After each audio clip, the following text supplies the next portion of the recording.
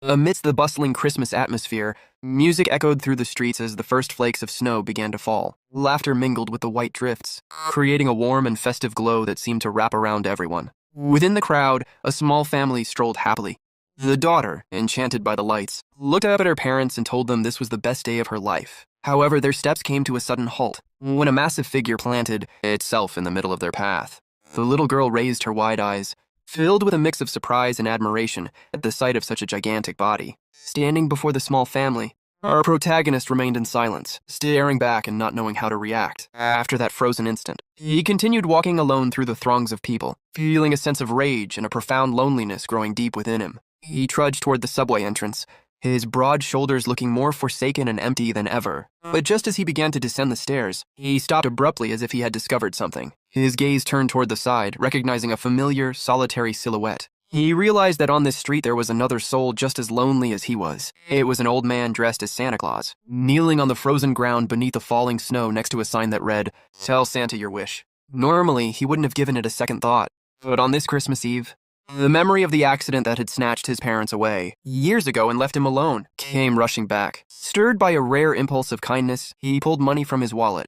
He sat down, handed the old man a bill along with a carton of milk, and gently asked if it was still in good condition. He placed these small gestures tenderly upon the sign, a brief moment of warmth in the wintry night. But the old man suddenly grabbed his hand with surprising strength, exclaiming that he was truly a good person. Taken aback, the protagonist watched as the old man pleaded to reward him, begging him to state his wish. His face flushed with a mix of embarrassment and annoyance. He silently reproached himself for getting involved, and demanded that the old man let go of his hand. The old man's grip tightened with incredible force, leaving the protagonist completely stunned. He knew he had never been physically weak, yet he found he couldn't move an inch while the old man insisted. He had come specifically to grant a wish to someone so kind. Looking into the old man's eyes, he saw a desperate plea. The man claimed he could not return to Santa's village without receiving a wish to fulfill. Resigned and seeing no other way out, the protagonist sighed and asked if expressing his wish would finally set him free, receiving an energetic nod in response. After thinking for a moment and catching a glimpse of his own reflection, he began to reveal his desire. Though he first joked about winning the lottery, the old man dismissed this instantly, demanding a sincere wish from the heart. That request for sincerity brought them together in a moment of shared reflection. A deep melancholy washed over the protagonist's face as the loneliness of his past flooded back, and he realized what he truly craved was a family, a home that would never abandon him. With a bitter, lopsided smile, he finally expressed his true heart's desire.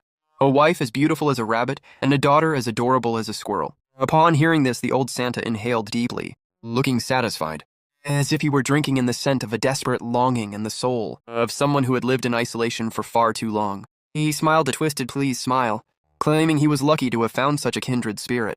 But in an instant, the old man's face turned sinister. His eyes glowed a haunting red as he promised to arrange a wife of pure heart and an obedient daughter. Just as quickly, his expression softened into one of deep emotion. He squeezed the protagonist's hand one last time and sincerely wished him a happy life. Terrified by the sudden shift, the man wrenched his hand away and bolted, convinced the old man was insane. Behind him, Santa's cries echoed through the snow, screaming that he would use all his power to make a wish a reality, and that the entire village of Santa was backing him. Shaken to his core, the protagonist scrambled into the subway station, desperate to leave the bizarre encounter behind. As he sat on the train, his hands hung limp between his knees, his mind a chaotic whirlwind of confusion. He stared out at the empty carriage, trying to process the old man's ramblings as nothing more than a localized madness. Yet he couldn't deny that he had actually voiced his deepest desire. Seeing a poster of a laughing family on the train wall only reinforced how much he truly yearned for that elusive happiness. Eventually, the rhythmic hum of the night train made his eyelids heavy, and he drifted into a fitful sleep. In the midst of a hazy dream, a strange, pungent scent hit his nose, accompanied by a chill that seeped deep into his bones. He jolted awake, disoriented and dazed, only to be struck by a wave of horror. He was completely naked. The biting air touched every inch of his skin, and an intense sense of dread washed over him as his surroundings came into focus. Before him, a horse-drawn cart creaked along, a dirt path through a village he didn't recognize. With rising panic, he realized he was trapped inside an iron cage, his legs bound by heavy shackles. Beside him sat a middle-aged man with long, matted hair and a thick beard, but he wasn't alone. The cart was filled with gaunt, exhausted people. Taking in the sight of the tattered rags and the crude iron grills, the horrifying truth began to sink in. This place looked as though it had been ripped straight out of the Middle Ages. Cold sweat broke out across his body as he struggled to accept the impossible reality before his eyes. The guards outside spoke in a guttural, alien tongue he couldn't understand, and there wasn't a single familiar face or modern comfort in sight. Whether it was a dream or a nightmare, he had to face the crude truth. He had been transported to another world. Time seemed to crawl in the damp, freezing confines of his mobile prison. He exhaled sharply, trying to keep his mind sharp, enough to analyze the situation despite the tingling numbness spreading from the cold stone floor through his bare feet. His gaze eventually landed on a fellow prisoner collapsed in the corner, and he wondered briefly if the man was even still alive. Realizing that the living must do whatever it takes to survive, he crawled over, whispered a soft apology, and began to strip the shirt from the unresponsive body. As he draped the tattered fabric over his own bare back, he felt a meager spark of warmth. Behind him, the corpse of the unfortunate prisoner lay cold and exposed on the floor, a grim and harrowing beginning to his new life. The terrifying promise of the crazed old Santa echoed relentlessly in his mind, and he feared that this was how his wish was meant to be fulfilled. He desperately wanted to wake up from this nightmare, but the days bled into one another as he remained locked in the iron cage, being hauled toward an uncertain fate. After a week of travel, he finally began to piece together the grim reality of his situation.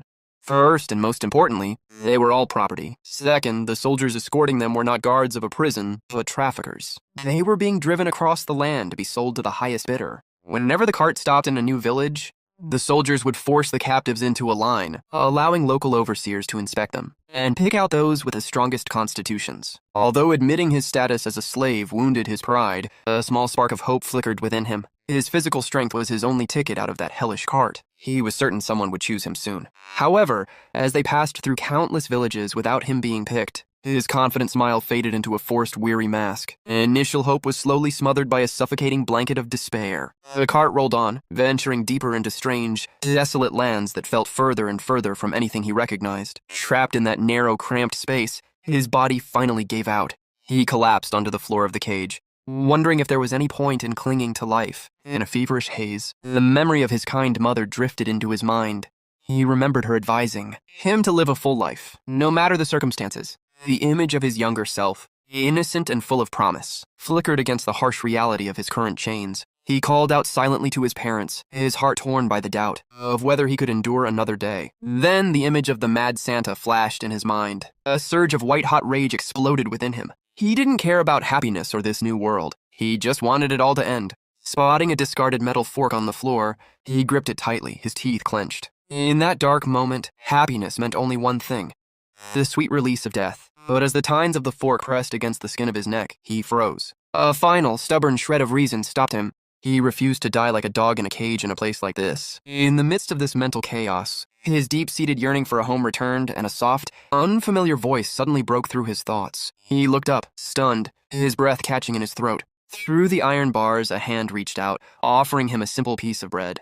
The owner of the hand was a beautiful woman with a smile, so sweet and warm it seemed to radiate its own light. She placed the bread in his trembling palm, murmuring words in that strange tongue that he still couldn't understand. Then a small, adorable girl with golden hair peeked out from behind the woman's dress, watching him with wide, curious eyes. Overwhelmed by the sudden appearance of the pair, the fork slipped from his fingers and clattered to the floor. The cart finally came to a full stop in front of a small, cozy cabin nestled deep within a serene forest. The scene shifted as he found himself brought inside, where the atmosphere was a world away from the cold iron of the cage. The woman and the little girl sat at a simple wooden table, sharing a meal in the soft glow of the hearth. The blonde daughter was busily slurping her soup with such infectious enthusiasm that it seemed to fill the room with life. Watching the child eat, the protagonist felt a strange, jarring realization wash over him: a wife as beautiful as a rabbit and a daughter as adorable as a squirrel. The old man's promise hadn't just been the ramblings of a lunatic. The recompense had begun. As the meal was finishing, the mother gently pushed her own bowl toward her daughter, urging her to eat more. But the little girl hesitated, looking up at her mother with wide, worried eyes. When the mother insisted she was giving up her portion, only because she knew the child was hungry, the girl objected, arguing that if she was hungry, then her mother Ridgie surely must be just as starving as she was. With a maturity beyond her years, the girl split the food exactly in half and pushed one bowl back to her mother, who sat momentarily paralyzed by the gesture. A look of profound warmth and happiness washed over the mother's face as she accepted, and the two of them began to eat together. Suddenly, a violent crash thundered against the door, and the booming voice of a man announced himself as the village chief. Before they could react, the door was kicked in. and the terrified mother pulled her daughter into a desperate, crushing embrace. The cold-hearted chief announced that, following their meeting, it had been decided that one of the men brought by the soldiers would become her new husband, and she was to prepare herself to go with him to the mountain. Without another word, he turned on his heel and left, barking a final order for her to bring food to the village gates at dawn to receive the soldiers. Completely shattered, the woman collapsed onto the floor as a wave of horror and the jagged memories of past beatings flooded her mind. Trembling uncontrollably, she held the child tight, knowing deep down that there was no escape from this cruel destiny. Looking down at the now sleeping girl, she thought silently that, although they had only known each other a short time, she could never abandon her. With tear-filled eyes and a heavy heart, she couldn't bear the thought of leaving the girl to face the world alone again. It was as if the child could sense her mother's agony even in sleep, as her own eyes began to well with tears until she finally broke into a pitiful, heart-wrenching sob. The sound of her crying filled the air of the dark cabin, mother and daughter clinging to each other in a shared, desperate grief that bled into the silent night. When the sobbing finally subsided, the woman sat in the darkness, staring at nothing and wondering what fate had in store for her. Huddled in the shadows, she swore a silent, ironclad oath that she would never again endure the atrocities of her past, and her gaze sharpened with a fierce determination. She would not allow the innocent girl sleeping beside her to suffer that same horrific fate. The poor girl was only 5 years old, a mere child, and the daughter of the woman's deceased husband. As the woman sat there, painful memories clawed their way back to the surface. The day her own father had sold her for nothing more than a rabbit skin. She remembered her first day in this very cabin. Before she had even unpacked her few belongings, the man who was supposed to be her husband had struck her. It had been a brutal beating over a triviality, simply because she had arrived slightly later than he had planned. That single moment had been a bitter awakening, proving that her life of horror was only just beginning. She recalled lying motionless on the freezing floor, thinking that a beginning could not possibly be worse than this. It was then that the violent man's daughter had approached her, watching her in silence with a complex, unreadable gaze as she lay bruised and broken on the ground. In that earthly hell, the girl with the innocent eyes had crept closer and sat softly beside her, a clumsy attempt at comfort, yet one that had managed to warm her frozen heart. She realized then that this child was the only angel who had accompanied her through those dark days. Since the day the violent man went up the mountain to hunt and never returned, it had been only the two of them against the world.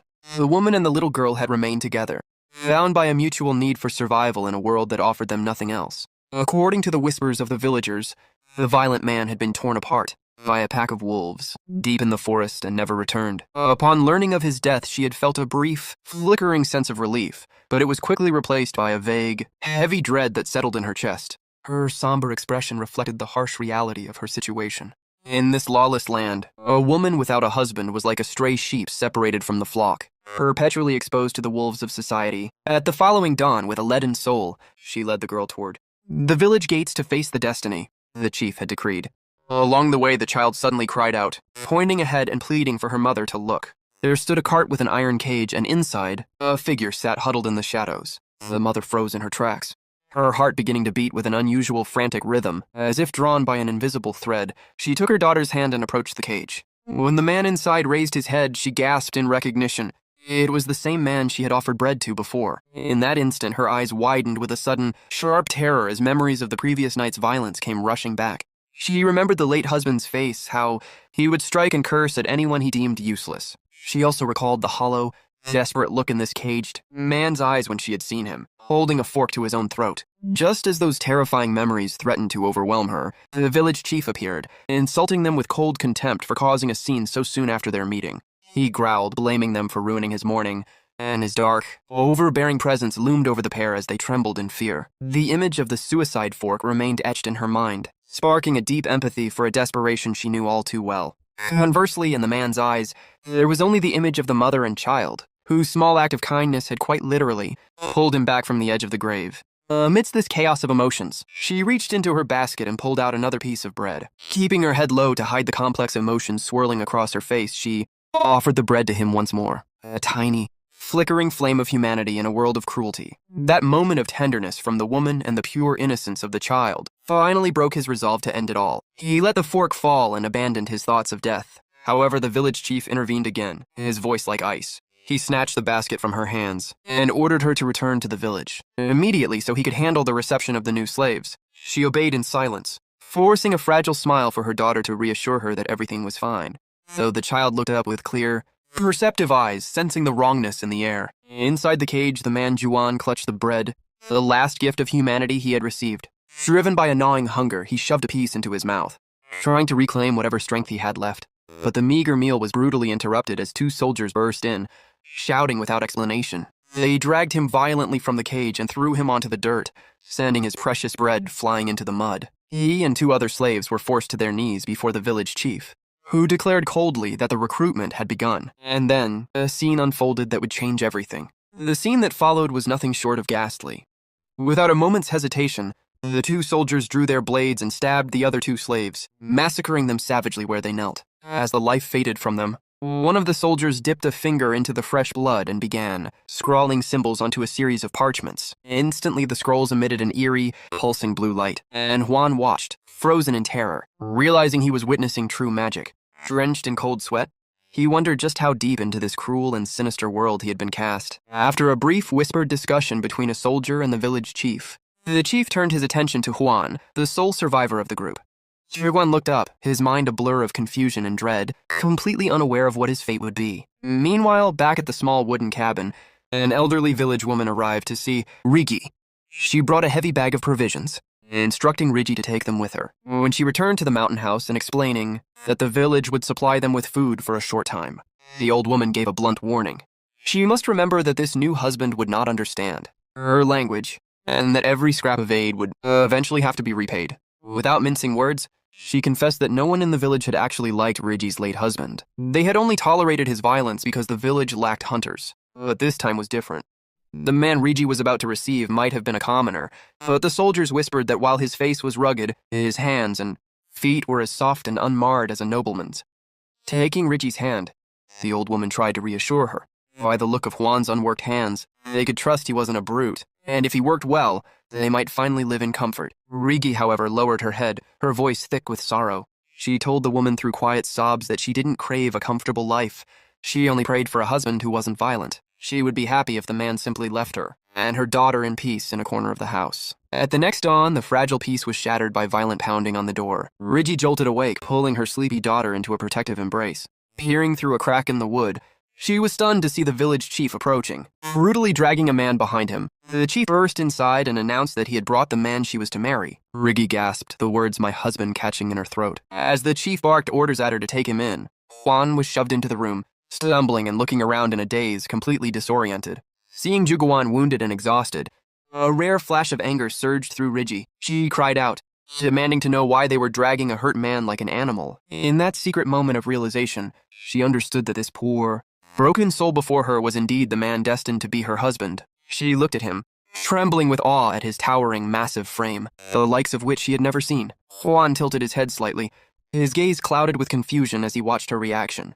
Then a spark of recognition hit him. This terrified woman was the same one who had offered him the bread. He was left even more bewildered, unable to fathom why she was trembling at the sight of him. In that moment, the village chief grew impatient. He grabbed Juguan's hand, snapping at him for standing there paralyzed. Without waiting for a response, he hauled the giant man toward the two worried figures. The chief shoved Juguan until he was pressed right against Rigi, attempting to arrange them like a set of dolls. Seeing them both still rigid with fear and confusion, he forced their hands together, lacing Juan's fingers with Rigi's. He declared with a satisfied grunt that they were now husband and wife, and told them not to be shy. Standing there, their hands joined by force, the two strangers looked at one another, bound together in the shadows of a cabin in a world that had already taken so much from them both. Bound by force and confusion, Juan struggled to make sense of the chaos, though the heavy atmosphere began to reveal the gravity of his situation. Standing beside the beautiful woman, a wild, almost impossible thought crossed his mind. He suddenly recalled the sinister promise of the old Santa, regarding a wife of pure heart and an obedient daughter. As he looked at Rigi, with her sweet and fragile appearance, he instantly imagined her as a bride resembling a gentle rabbit. The little girl, with her large round eyes, looked exactly like an adorable little ground squirrel. Juan was in disbelief. Could that old madman actually have granted his wish? Yet, even as the realization dawned, a sense of deep grievance washed over him. To grant a wish by throwing him into a cruel alien world seemed like a sick joke. Why couldn't the old man have given him this gift gently, instead of forcing him through such immense pain and humiliation? He lowered his head, his hair shadowing a face that was darkening with a growing, silent rage. He ground his teeth and swore that if he ever saw that Santa again, he wouldn't hesitate to send him straight to hell. The sheer intensity of Juan's internal fury radiated off him like a ferocious bear, causing the mother and daughter, his rabbit, and squirrel, to cower in instinctive fear. Following the forced introduction, the village chief and several other men led him into the nearby forest. The chief appeared to be explaining something at the top of his lungs, but Juan's head was spinning. He couldn't understand a single syllable of the guttural language. After the chief finished his one-sided explanation, he turned to the other men as if they were making a pivotal decision. Suddenly, a blond man stepped forward and extended his hand. Thinking it was a gesture of greeting, Juan responded politely and took the man's hand. But he immediately felt an extraordinarily powerful squeeze that was clearly a test of his strength. The blond man began to exert massive pressure, his face contorting with the effort, while Juan naively wondered if this was simply a peculiar local greeting. However, as the provocation became undeniable, Juan's brow furrowed. With a slight effortless counter-squeeze, Juan hoisted the young villager clean off the ground. The man screamed in desperation as he dangled in the air. A scene so shocking, it caused even the village chief to cry out in alarm. The blond man's hand turned a deep, angry red under the weight of Juan's incredible power. After that brief demonstration of raw strength, the young man was left on his knees, clutching his throbbing hand, while the chief began a fresh round of frantic explanations. Without further delay, he handed Juan a bow and a quiver of arrows, seemingly entrusting him with an important task. Juan took the weapon, wondering why it was being given to him, though he correctly assumed it wasn't for another duel. Seeing that Juan was still bewildered, the chief began to gesticulate with exaggerated movements. He even went so far as to imitate the hopping of a rabbit until a light bulb finally went off in Juan's head. They wanted him to hunt, but just as Juan felt he understood, the chief waved his hands in a panic, as if Juan had gotten it all wrong. He pointed urgently toward the thickets and screamed for him to shoot immediately. Juan followed the direction of the finger and saw nothing but a small white rabbit peacefully nibbling on leaves. He looked back with total confusion, knowing he had never used a bow in his life. But the chief wouldn't stop shouting for him to act. Despite his lack of experience, Juan adopted a professional-looking stance, though he doubted himself internally. After all, even an Olympic athlete could miss, especially when aiming at such a small, living target. Despite his doubts, he released the string, and the arrow flew with unimaginable force. The projectile whistled through the air, grazing the ground so closely that the rabbit leaped in terror and vanished into the safety of the thickets. Against all odds, the village chief began to jump for joy, leaving Juan utterly bewildered as to why he was being praised for a clear miss. The chief pointed enthusiastically at the empty patch of grass where the rabbit had been, explaining something in a rapid-fire tongue that Juan simply couldn't grasp. Suddenly, a familiar silhouette caught his eye, causing him to turn around. He froze, sweat trickling down his cheek, as he saw the mother and daughter approaching. For a fleeting second, he truly recognized that this woman with the sweet gaze and this adorable little girl were the very family he had wished for. His heart began to race, and a wave of shyness washed over his face. This sudden deep blush on a man of Juguan's stature left everyone confused, especially Rigi and her daughter. After that embarrassing introduction, they shared their first meal together in the peaceful grove, though a palpable tension still hung over the small newfound family. Sitting silently across from one another, Rigi prepared a simple, comforting meal, a bowl of hot soup filled with fresh vegetables and meat. As Juan prepared to eat, he couldn't stop glancing at the mother and child, noting their lingering timidity and worry. However, the simple act of him lifting his spoon caused them to flinch. He stopped, maintaining an expressionless mask on the outside, while his heart hammered against his ribs at their reaction. Then, a rare, warm smile spread across his lips, melting away his usual coldness.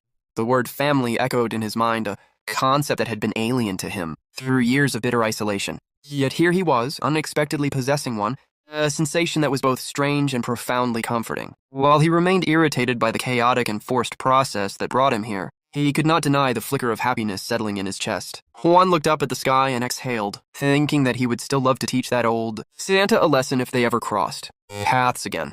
But deep down, he felt a welling sense of gratitude. The following day moved quickly as the small family, accompanied by the village chief, began the trek back to the house on the mountain. Juan carried the heavy luggage with ease, but he constantly turned back to check on the mother and daughter, worried they wouldn't be able to keep up.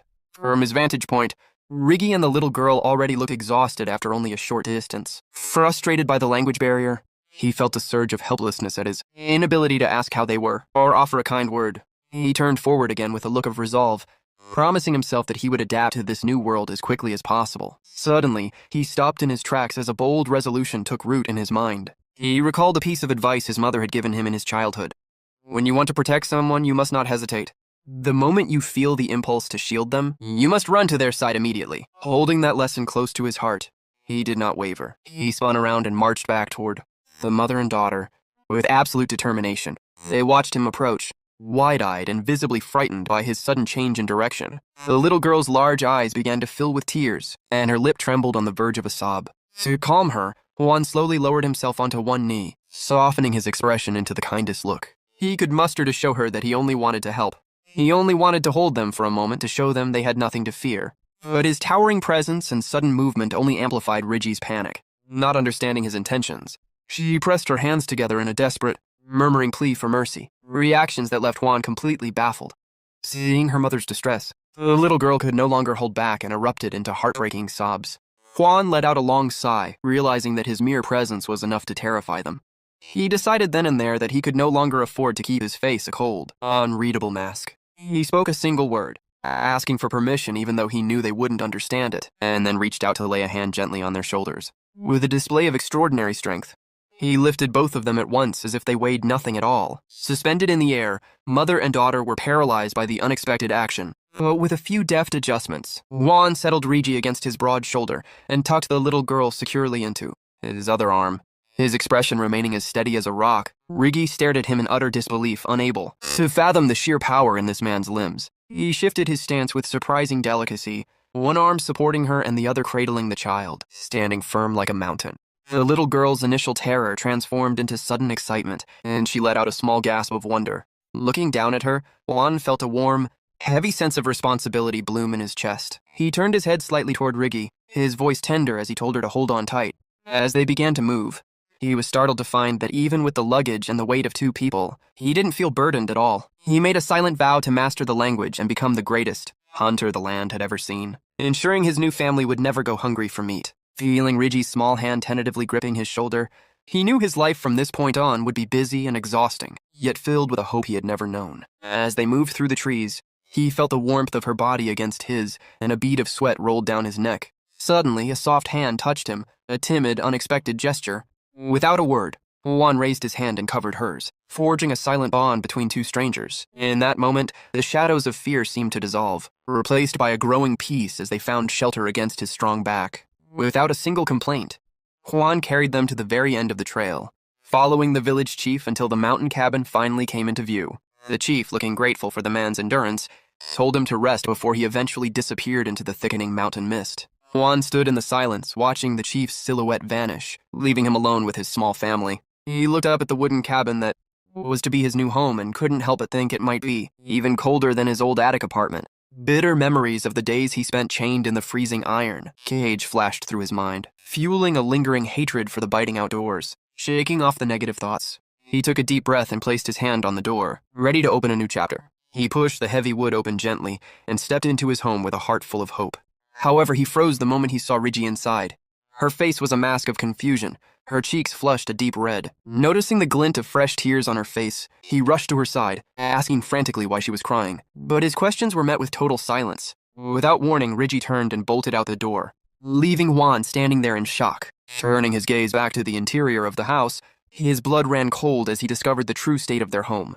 The house was entirely empty. Even the shelving units had been stripped from the walls. Juan stood frozen on the threshold, unable to wrap his mind around the stark, cruel reality before him. Turned out that while Rigi and her daughter had been at the village gates, the neighbors had descended upon the cabin like scavengers, stealing everything from the furniture to the very last tools needed for survival. Rigi curled into a ball, trembling from the biting mountain cold, falling into a pit of pure despair. Without tools to repair the house or weapons to defend against wild beasts, they were defenseless. When Juan finally found her huddled in the shadows, he spoke softly, acknowledging her presence. Without another word, he sat down beside her, maintaining just enough distance to be respectful while sharing the heavy, suffocating weight of the silence. Seeing her weep, he unexpectedly reached out and stroked her hair with a tenderness that acted as a silent balm. The gentleness of his touch caused her sobs to catch in her throat, and she looked up at him with glassy, startled eyes. He offered a small, reassuring smile, trying to convey that she didn't need to worry, and for a moment, it seemed Rigi truly felt the sincerity behind his gaze.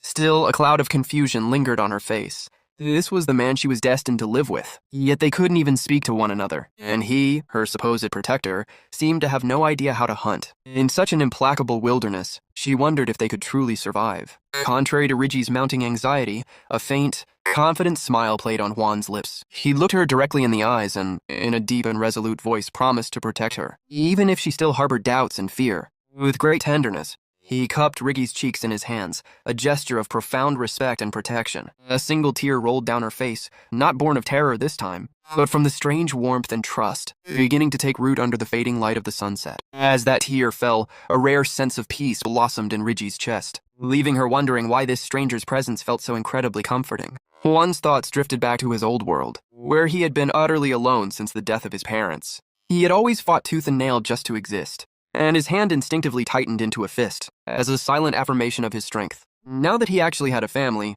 he had more reason than ever to be unyielding in the face of hardship. He struck his chest with determination, vowing to do whatever was necessary to provide for them. That silent promise was the breaking point for Rigi. The dam finally burst and she began to cry inconsolably. Without a word, Juan drew her toward him, allowing her to rest her head against his broad shoulder, so she could finally let out all the pain she had been carrying. At that exact moment, the little girl, watching from a distance, came charging toward them in a fit of protective fury. She threw her small arms around Rigi from behind, shouting at the top of her lungs for Juan to stop bothering her mother. In an instant, the three of them were entangled in a clumsy, collective embrace, forming their first true image of a warm, complete family. As he held the sobbing woman, Juan felt an emotion unlike anything he had ever experienced. The little girl was crying now too, and the weight of the situation sent a whirlwind of questions through his mind. He wondered about the child's father, why this woman had been kind enough to give him bread when she had so little, and what tragedies had led to her tears. He pushed the doubts aside, believing that if they put in the effort together, they would become a beautiful family. Hugging them both tightly, he made a final resolute vow. He would make them happier than anyone else on earth. He would never let them cry again, and he would be the best husband and father this world had ever seen. He would do everything in his power to ensure that one day, they would never regret accepting him as part of their family. After that emotional peak, the sun finally dipped below the horizon, casting long shadows over the small wooden cabin that was to be their sanctuary. Yet, upon returning to the hollow interior of the house, the three of them sat across from one another in a familiar, distant silence. Juan thought to himself that the embrace would have brought them closer, but it felt as if they had been reset to square one. Rigi felt that this man was a total enigma, a stranger in every sense, yet she knew they had to find a way to coexist without even knowing where to begin. Suddenly an idea struck Juan, and he snapped his fingers to capture their attention. He leaned in slightly, determined to shatter the awkward wall between them. He pointed to his chest and introduced himself with a firm, clear voice. "Kim Juan," he said, repeating it slowly. "Kim Juan."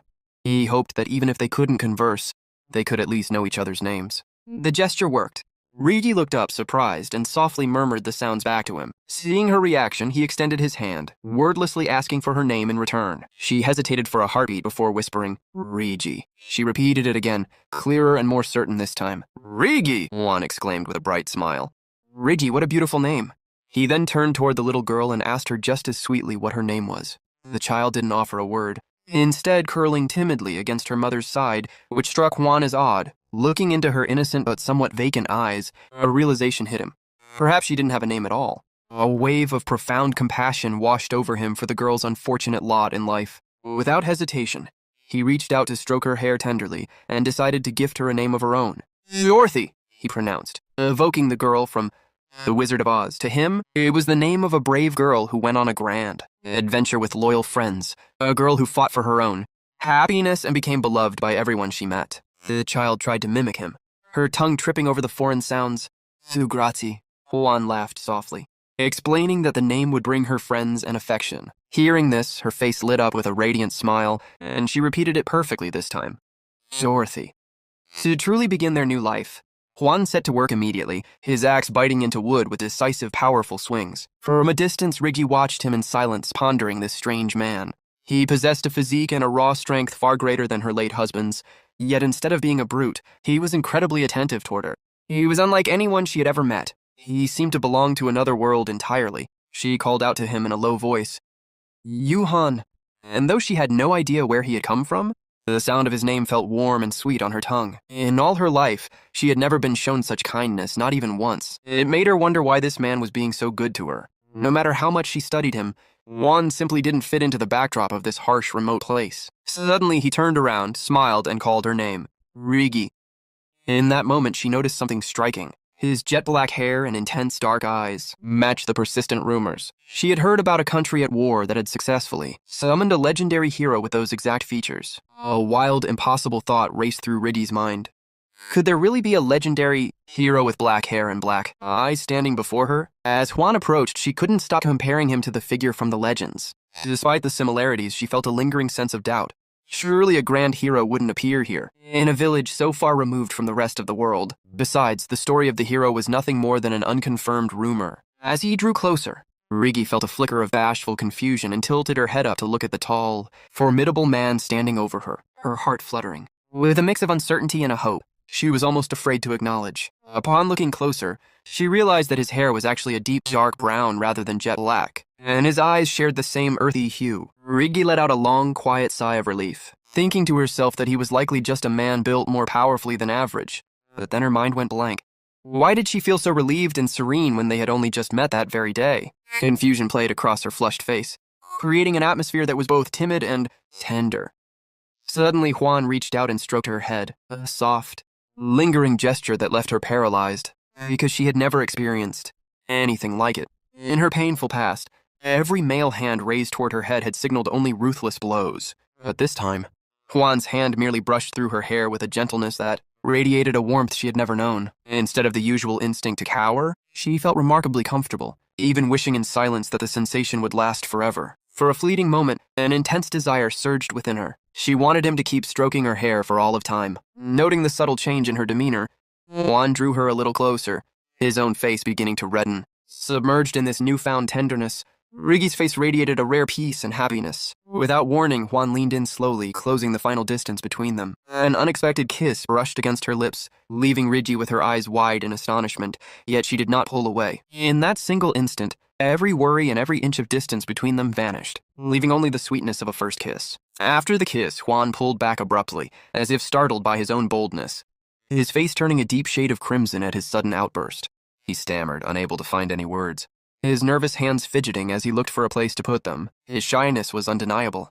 To escape the suffocatingly awkward atmosphere, he hurriedly grabbed a nearby wooden bucket as an excuse. He gripped the handle as if trying to cling to what little composure he had left, and, without saying a word, he turned and ran toward the stream, leaving Rigi standing there alone and stunned. She remained in place, her face burning and her heart racing, still savoring the lingering sweetness of the kiss. Meanwhile, Juan walked alone by the water's edge, berating himself for acting so impulsively. He twisted with nerves, reminding himself that although they were husband and wife in appearance, they were effectively strangers who had met only hours ago. The more he overthought it, the more distressed he became. They didn't even speak the same language, and he had no idea how to navigate these uncharted waters. He simply paced aimlessly, trying to find a way out of his mental fog, lost in his thoughts. He moved forward without realizing how far he had wandered or where he was. Suddenly, a spine-chilling howl echoed from the depths of the forest, shattering the silence of the night. He jolted awake, casting aside his distractions and telling himself he needed to fetch the water quickly and get back.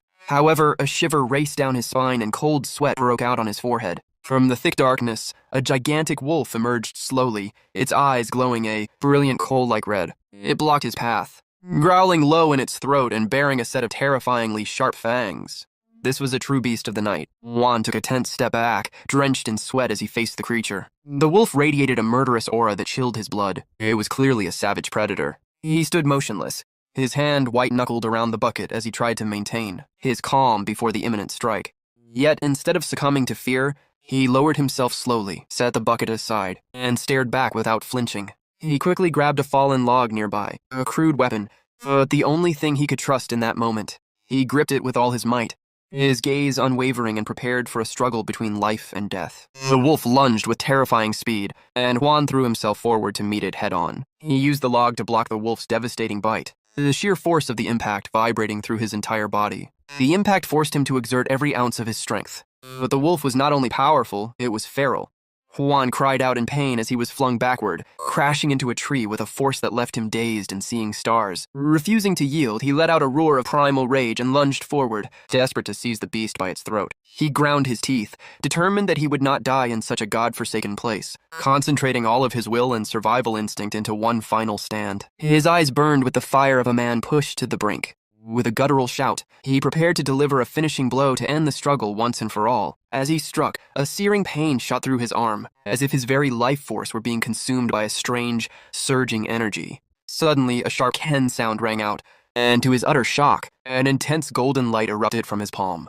The wolf growled, but the flame dancing in Juan's hand was far more ferocious, enveloping the beast as Juan watched in a state of complete stupefaction. The flames exploded with a violence and power he never knew he possessed. He managed to scramble onto the wolf's back, channeling every drop of this new power into his flaming fist, intent on bringing the predator down. He unleashed a devastating, fire-enhanced strike, a destructive attack that shattered the night.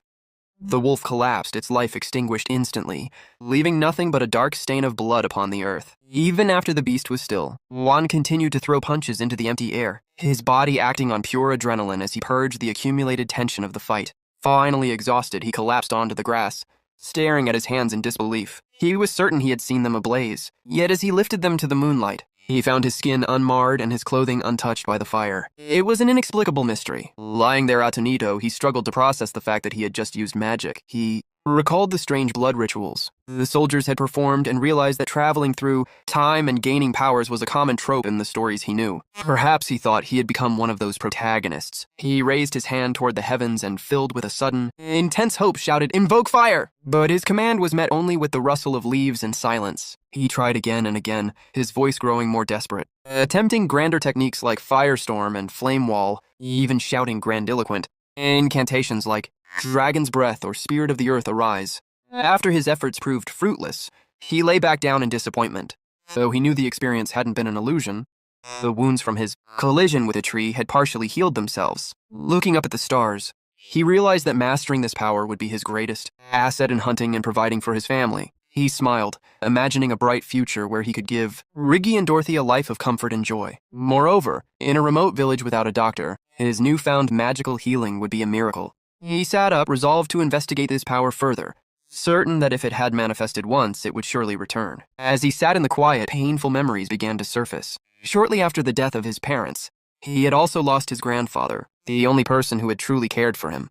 Though his grandfather had seemed healthy for his age, he had died in a senseless accident, leaving Juan vulnerable to the cruelty of his remaining relatives. He remembered the funeral vividly, how a relative had burst in and struck him, screaming that he was a curse who had caused the deaths of his father and brother. From that day on, everyone had treated him like a plague bearer, even though he was just a high school student trying to survive. Back in the present, Juan looked at the wolf's carcass with a slight, weary smile, pushing the old ghosts away. He hoisted the heavy beast onto his broad shoulders, knowing he needed to head back before more predators arrived. He knew skinning it would be grueling work, but it was possible. He thought of his grandfather again, remembering the days he spent watching the old man prepare chickens and rabbits on the farm.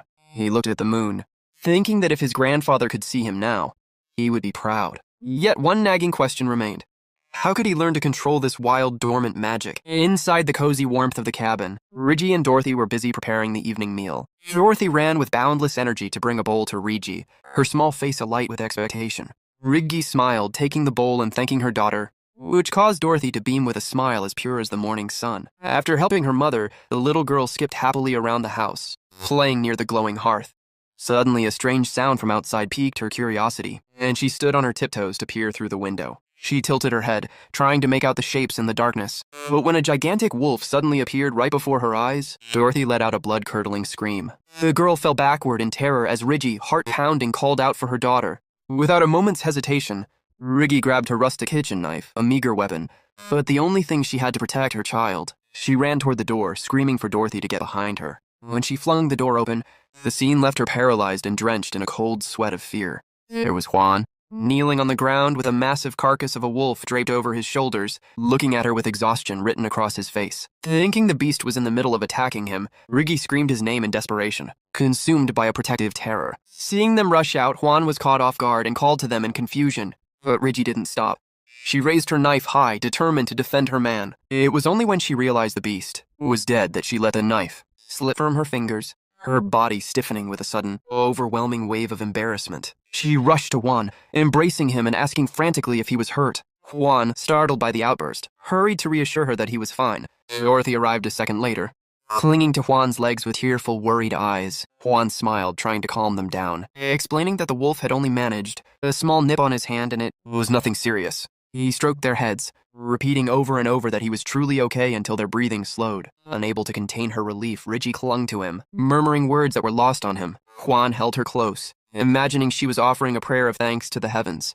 Dorothy continued to sob, and Juan guessed she was trying to tell him just how frightened she had been. He held them both tightly, silently blaming himself for failing them and causing such distress. After a while, the three of them headed back inside, but the harsh croak of a crow on the roof seemed to announce that the peace would be short-lived.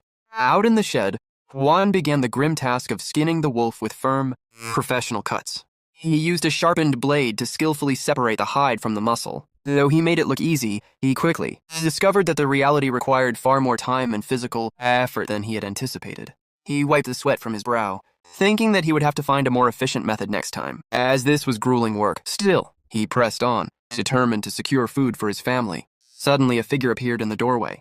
It was Reggie, calling his name softly. Juan turned, surprised to see her there, and greeted her cheerfully as he stepped out to see what she needed. She placed a wooden bucket before him, signaling for him to put the meat inside. Riggy tried to explain herself through a series of animated gestures, pointing at the fresh meat, the haunches, and then mimicking other animals so he would understand. Finally, a light dawned on Juan. She wanted him to store the meat in the bucket for processing. As he looked at her, he suddenly remembered he needed to find a way to communicate more clearly. Searching his memory for the right words, Juan tried to recall how to say thank you in her language. He hesitated, his tongue feeling heavy and clumsy as he attempted to pronounce it. Go, Ama, he stammered. At the sound, Riggy's eyes widened in surprise before a radiant smile broke across her face. Her reaction left Juan utterly bewildered, and he began to worry that he had accidentally said something offensive. Riggy looked up at him, her gaze lingering, and corrected him softly, asking if he meant to say Goma.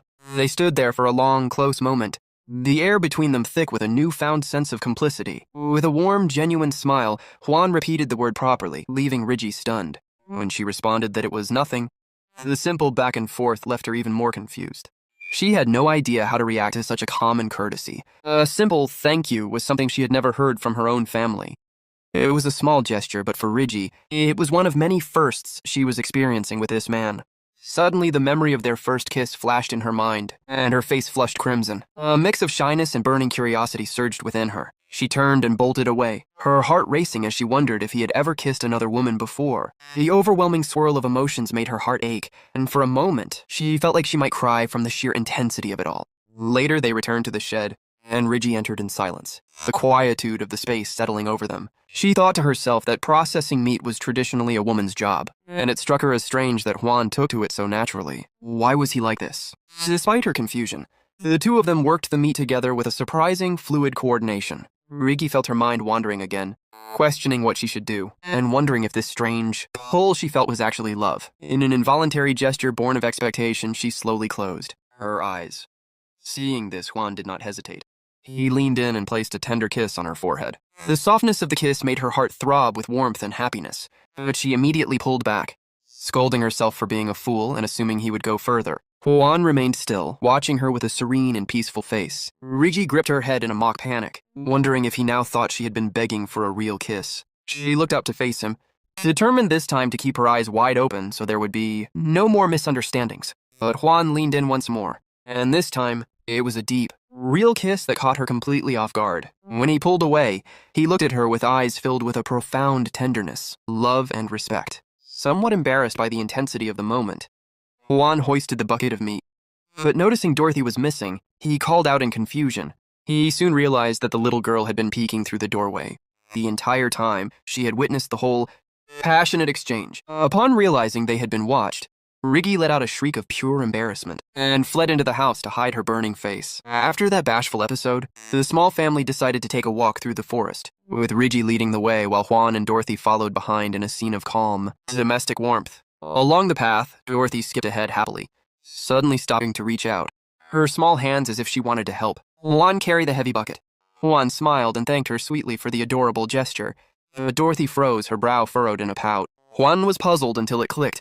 He hadn't used her name. Understanding now, he knelt down and thanked Dorothy with genuine affection for her help. At the sound of her new name, the little girl's face lit up like the midday sun and she beamed with joy. With a newfound burst of joy, Dorothy helped her new father push the heavy bucket along. Inside the house, Riggy carefully stroked the wolfskin, a trophy of Juan's prowess. Juan, sitting across from her, wondered for a moment why she would want to hang such a pungent pelt inside their home. But then it occurred to him that perhaps the skin held a deeper meaning for her. He watched her and noticed how much she seemed to value it, which filled him with a quiet sense of satisfaction. Regi and Dorothy sat beside the pelt together. The little girl, brimming with curiosity, brushed the soft fur with her hand. In an innocent and adorable gesture, Dorothy began to comb the wolf's hair using a small stone she had found. Seeing this, Regi couldn't help but smile, creating a moment of domestic warmth that was truly happy. Juan found himself smiling too, easily swept up in their collective joy. A little while later, Regi stepped outside to begin preparing their meal, carefully laying out pieces of fresh meat. The reddish steaks, cut with painstaking care, promised a dinner that would be both abundant and nourishing. Juan watched her work the meat intently, realizing that this was how they preserved their food in this world. He made a mental note to pay close attention so he could learn to do it himself next time. He smiled, seeing how pleased she was with the bit of animal fat he had managed to save, glad that his instinct to keep it had proven useful. Still, the reality of his situation pressed on him. He knew he had much to learn in this implacable new world. He needed to figure out quickly what held value here, how people bought, sold, and traded, and he wanted to familiarize himself with their ways as soon as possible. With that thought, he stood up, determined to stop resting and get back to work immediately. However, as he rose, Regi stopped him, her face etched with alarm and worry. She gestured frantically, pleading with him to sit back down and rest his body. Juan simply shook his head with a reassuring smile, trying to show her that he had rested enough and that his aches had faded. He placed a hand gently on her shoulder to assure her that he wouldn't overexert himself and that she could be at peace. Regi hesitated for a heartbeat, then finally nodded and stepped back to give him his space. Juan took his axe and headed into the forest, looking for a moderately sized tree to practice on. He had heard that oak was excellent for firewood, though he wasn't entirely sure how to recognize it yet. Relying on his raw power, he raised the axe and channeled his strength into a decisive swing. It was a powerful blow that showcased his extraordinary strength. But because he used a bit too much force, the axe suddenly flew out of his hand, spinning out of control. He clutched his head in alarm, unable to believe he had done something so foolish. After searching for a while, he finally managed to gather a sufficient amount of wood to keep his family warm. He hoisted the heavy basket of firewood onto his back and returned home cheerfully, ready for a cozy night. Upon entering, he found Regi and Dorothy waiting with faces full of concern. Before he could even process what was happening, Regi ran over, took his hand, and pulled him along urgently. She sat him down abruptly, an unexpected act that left Juan completely bewildered.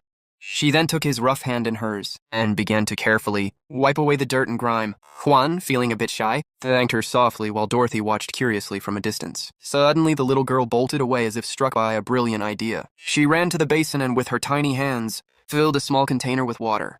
Though she was clumsy and left a trail of puddles across the floor, she made it back and without a moment's hesitation, splashed the water directly onto Juan in a surprised gesture of help.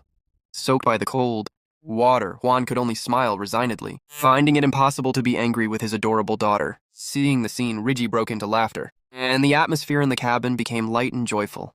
Dorothy, however, looked a little disappointed, as if she had expected a different reaction from her new father. Juan smiled, knelt down, and stroked her head, thanking her tenderly. At that, Dorothy spun around to run back out, eager to keep helping him, and a startled Juan had to jump up to stop her. Regi laughed at the adorable chaos and felt as though she were living in a beautiful dream. Only a few days ago, she had thought happiness was impossible, but now that it was within her grasp, she only wanted to protect the smiles of Regi and Dorothy forever. That evening, a column of warm smoke began to rise from the chimney of the wooden house, curling toward the sky as a silent herald of hope and the beginning of a new life for their small family. That night, the three of them gathered around the table to enjoy a bountiful dinner.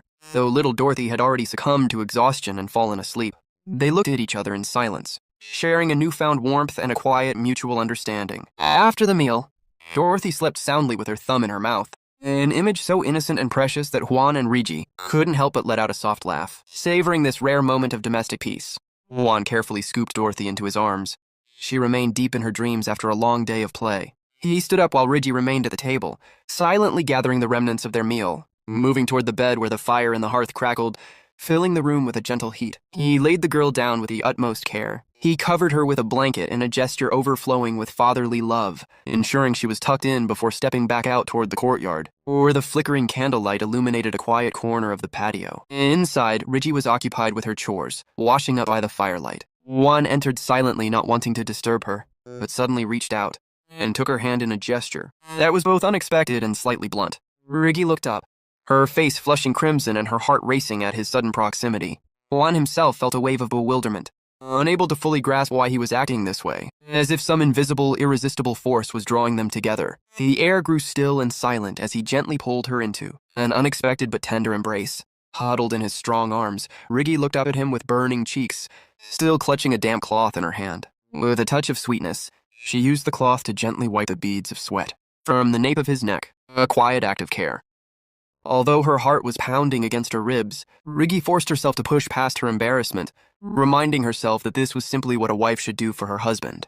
Gaining a bit of courage, she softly lifted the hem of his shirt to reveal his firm abdomen, intending to dry the sweat there. The unexpected contact sent a jolt of nervous energy through them both. She was overwhelmed with bashfulness while he offered a pleased, tender smile. His gaze became softer, carrying a playful yet warm light. However, despite her efforts to remain calm, Riggy found the sheer weight of the intimacy almost too much to bear. Noticing her hesitation, Juan took her hand once more, a surprise gesture filled with a deep, lingering tenderness. He looked directly into her eyes, and the atmosphere shifted into something profoundly romantic, making Riggy's heart skip a beat.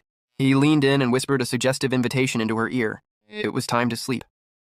Hand in hand, they entered the house's only bedroom together. He guided her gently toward the bed with a look full of affection and desire. Under the dim glow of the lantern, their eyes met, and the air between them turned heavy with a passionate, romantic heat. Riggy remained shy, but she did not resist, her heart drumming a frantic rhythm. He leaned over her, savoring the softness and warmth of the woman before him. Juan thought to himself that she truly was his wife, and he prayed silently that they would never be parted. He found himself begging that distant Santa Claus never to take them away, and to let him protect their smiles until the day he died. In this world, the wealthy nobility might not understand, but for common folk, it was perfectly normal for the entire family to share a single room. Riggy lay there, well aware of what usually transpired on a couple's wedding night, and for a moment, the jagged, painful memories of her violent father clawed at her mind. The echoes of his threat still haunted her. The memory of him shouting that he would hit her harder if she cried. She remembered the nights following those beatings, when her mother's trembling sobs would continue until dawn, leaving Riggy to live in a state of perpetual fear. She had often wondered when her own long nights would finally find peace. Fearing her mother's tears were a grim portrait of her own future. However, the next morning, she woke to the gentle sound of firewood crackling in the hearth. She blinked her eyes open, startled to find herself waking up to a world that felt fundamentally different than the one she had always known. She woke in the bed nestled between Juan and Dorothy, blinking as she recalled the night she had spent sleeping on the hard floor. Her head was resting on his arm, a closeness so unexpected it made her breath hitch. Beside her, Dorothy slept soundly in the crook of Juan's other arm, radiating a gentle warmth and peace. Riggy let out a long, shaky sigh of relief. The wedding night she had always feared in her nightmares wasn't bitter or violent, but serene and sweet. She snuggled closer into Juan's chest, realizing that since this man had entered her life, her entire world had shifted on its axis. Suddenly, she felt him stir and startle awake. He smiled and pulled both mother and daughter into a firm, protective embrace that made her heart hammer as if it might burst from her chest. A happy smile finally touched her lips, a tingling, pleasant sensation she never wanted to end after a night of truly restorative sleep. Juan opened his eyes to find Dorothy still dozing in his lap. He sat up with painstaking care to avoid waking the child, reaching out to brush her cheek with a tender, fatherly touch. Stepping outside, he found Riggy already hard at work, preparing for the new day. Seeing her straining, Juan gently took a heavy bucket from her hands. He offered a small smile that left her flustered and blushing, then proceeded to wring out a towel with a display of strength that left her wide-eyed. He turned to her and called out softly, "Suzune?" Riggy looked at him, tilted her head in confusion. "Suzune, are you awake? Honey, did you sleep well?" The term of endearment made Riggy's face turn bright red instantly. She lowered her head, wondering if Honey was a formal title or a secret, intimate way of naming her. Juan, too, felt a wave of awkwardness, scratching his head and wondering if he'd made her too nervous. With a shy glance, Riggy looked up and whispered a request for him to keep calling her Honey. Juan grinned and repeated it with such tenderness that she had to cover her face in embarrassment. Finding her reaction adorable, he teased her a little more, gently turning her to face him. "Honey, look at me." At that moment, Dorothy began rubbing her eyes, alerted by their chatter. In the hazy border of sleep, she had been dreaming of a giant flying chicken leg. She sat up groggily, a bit of drool at the corner of her mouth, a picture of pure innocence, only to flop back down onto the floor. Still heavy with sleep. Alarmed, Juan and Riggy both rushed to her side, but Dorothy quickly scrambled up to hug their legs affectionately. Her eyes suddenly doubled in size when she spotted the piles of fresh meat. To her, whether it was wolf or dragon didn't matter. Meat was meat. Seeing the little girl so devoted to the prospect of a feast, the two parents couldn't help but burst into laughter. "Meat!" Juan joined in cheerfully. Dorothy didn't hesitate. practically diving toward the bucket while chanting, "Meat! Meat!" Watching his daughter's unbridled enthusiasm, Juan swore to himself that he would become a hunter beyond compare. He gripped his axe, ready to face any beast the forest could throw at him.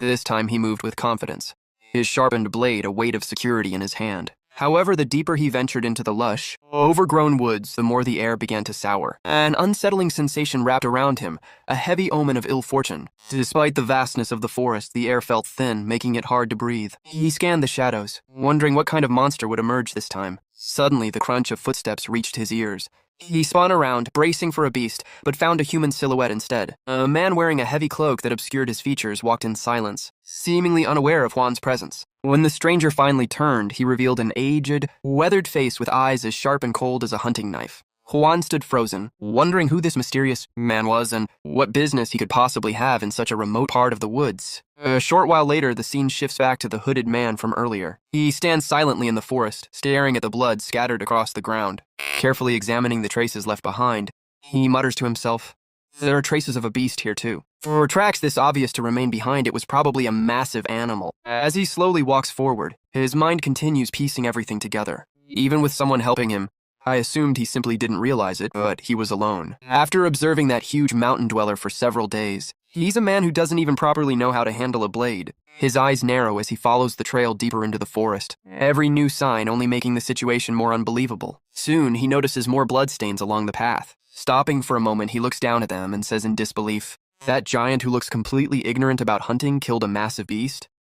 Impossible. Even a professional hunter would struggle to hunt a huge beast alone without a weapon. I need to verify it myself." With that thought, he continues moving ahead, determination filling his expression. The scene then returns to the exact moment when the hooded man suddenly appeared in front of Juan. The two stand face to face in silence, but the hooded man's attention is fixed entirely on Juan's hand. His sharp eyes carefully study the marks covering it, and his thoughts begin racing once again. Judging by the shape of the wounds, these are definitely wolf bites. But why has the surface healed over like that? If he had really been bitten that severely, the infection and fever should have killed him already. If the bones were exposed, then the blood vessels and muscles should all have been shredded apart. He shouldn't be able to move around. It is perfectly fine after suffering injuries like those. The more he thinks about it, the stranger the situation becomes. Then a single possibility suddenly forms in his mind. Then there's only one explanation.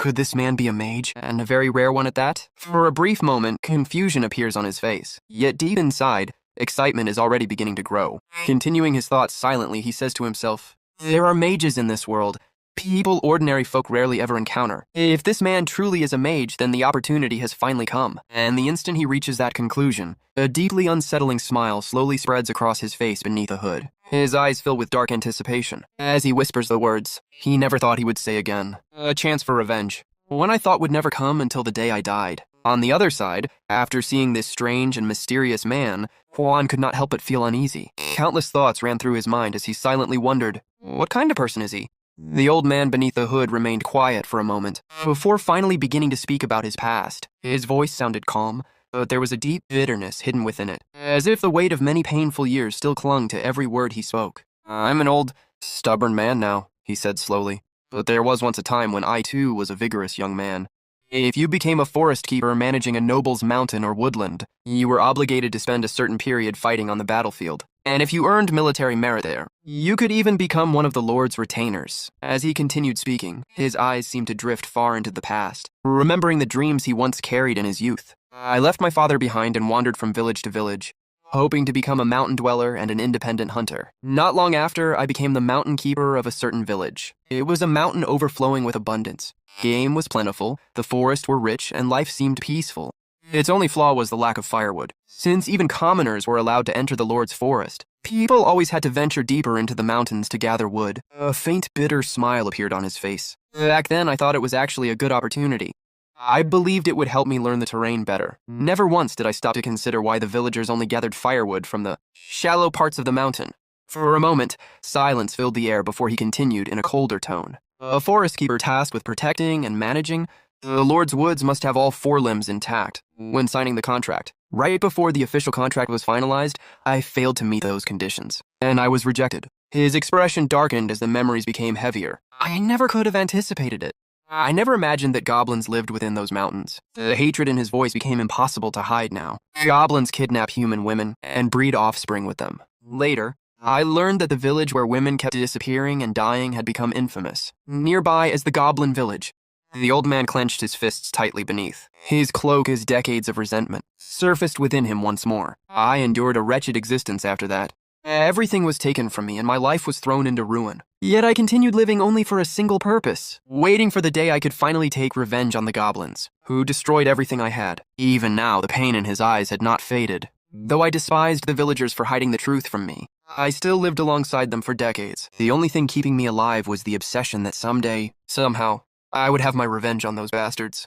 This man can do it. With those words, the scene shifts back to the present, and the old hooded man's thoughts become completely focused on the protagonist. As he stares at Juan, his mind begins carefully analyzing him once again. That enormous frame, and that monstrous strength. You could never find someone like him around here. And on top of that, he possesses an absurd healing ability. The old man's eyes narrow beneath the shadow of his hood as his thoughts grow darker. Right now, the goblins are hiding deep within the mountains. But once they begin running short of women, they will definitely attack the village again. Before that happens, I'll turn this bastard into an exceptional hunter. A cold determination settles over him as he silently finalizes his plan. I need to keep the existence of the goblin den hidden until the contract is signed. Once the contract is made, the binding force will take effect, and he won't be able to simply run away whenever he wants. At that moment, Juan slightly bows his head toward the old man, showing him a basic form of respect. However, even while receiving the greeting, the hooded man remains cautious. Observing Juan carefully, he thinks to himself, even while greeting me, he's keeping his center of gravity shifted backward. He's smiling, but he hasn't lowered his guard at all. Realizing this, the old man becomes even more certain that Juan is not as simple-minded as he first appeared. Then looking directly at him, the hooded man says, "From today onward, I'll pass everything I know on to you. You'll become a fine hunter." Hearing those sudden words, Juan becomes slightly confused. He cannot fully understand the old man's intentions or why he suddenly wishes to teach him. Even so, before he can question it further, the scene begins to shift once again. The next day arrives. Early in the morning, Juan slowly wakes up and mutters sleepily, "It feels like I only closed my eyes for a moment." And it's already morning. Inside the house, Rigi and Dorothy are grilling meat over the fire. While quietly preparing for the day, Juan gets up and starts heading outside. One of the windows is open, and as he glances through it, he notices the old hooded man standing outside the house. The moment Juan sees him, his expression becomes slightly cautious again. I didn't want to tell him to come inside the house, Juan thinks to himself. When I'm not around, I don't want someone getting used to entering a house where only Rigi and Dorothy are staying. Even while preparing himself for the day, Juan continues watching the old man carefully from inside the house. Outside, the hooded man stands there smiling faintly, but the smile feels strangely unsettling. Seeing that expression, Juan cannot help but think, seriously, that's an awfully suspicious smile. The moment Juan saw that suspicious smile on the old man's face, an old memory suddenly flashed through his mind. Comparing the expression to something from his previous life, he thought to himself, that smile looks exactly like the HR manager during salary negotiations. Even so, Juan could tell that the old man was at least trying to behave politely in his own strange way. Watching him carefully, Juan continued thinking, still, it seems like he's learning how to politely refuse things, so I should work hard teaching him. Just then, Rigi called out Juan's name from behind him. Turning toward her, Juan replied calmly, "Rigi, I'm fine. I'll be back soon."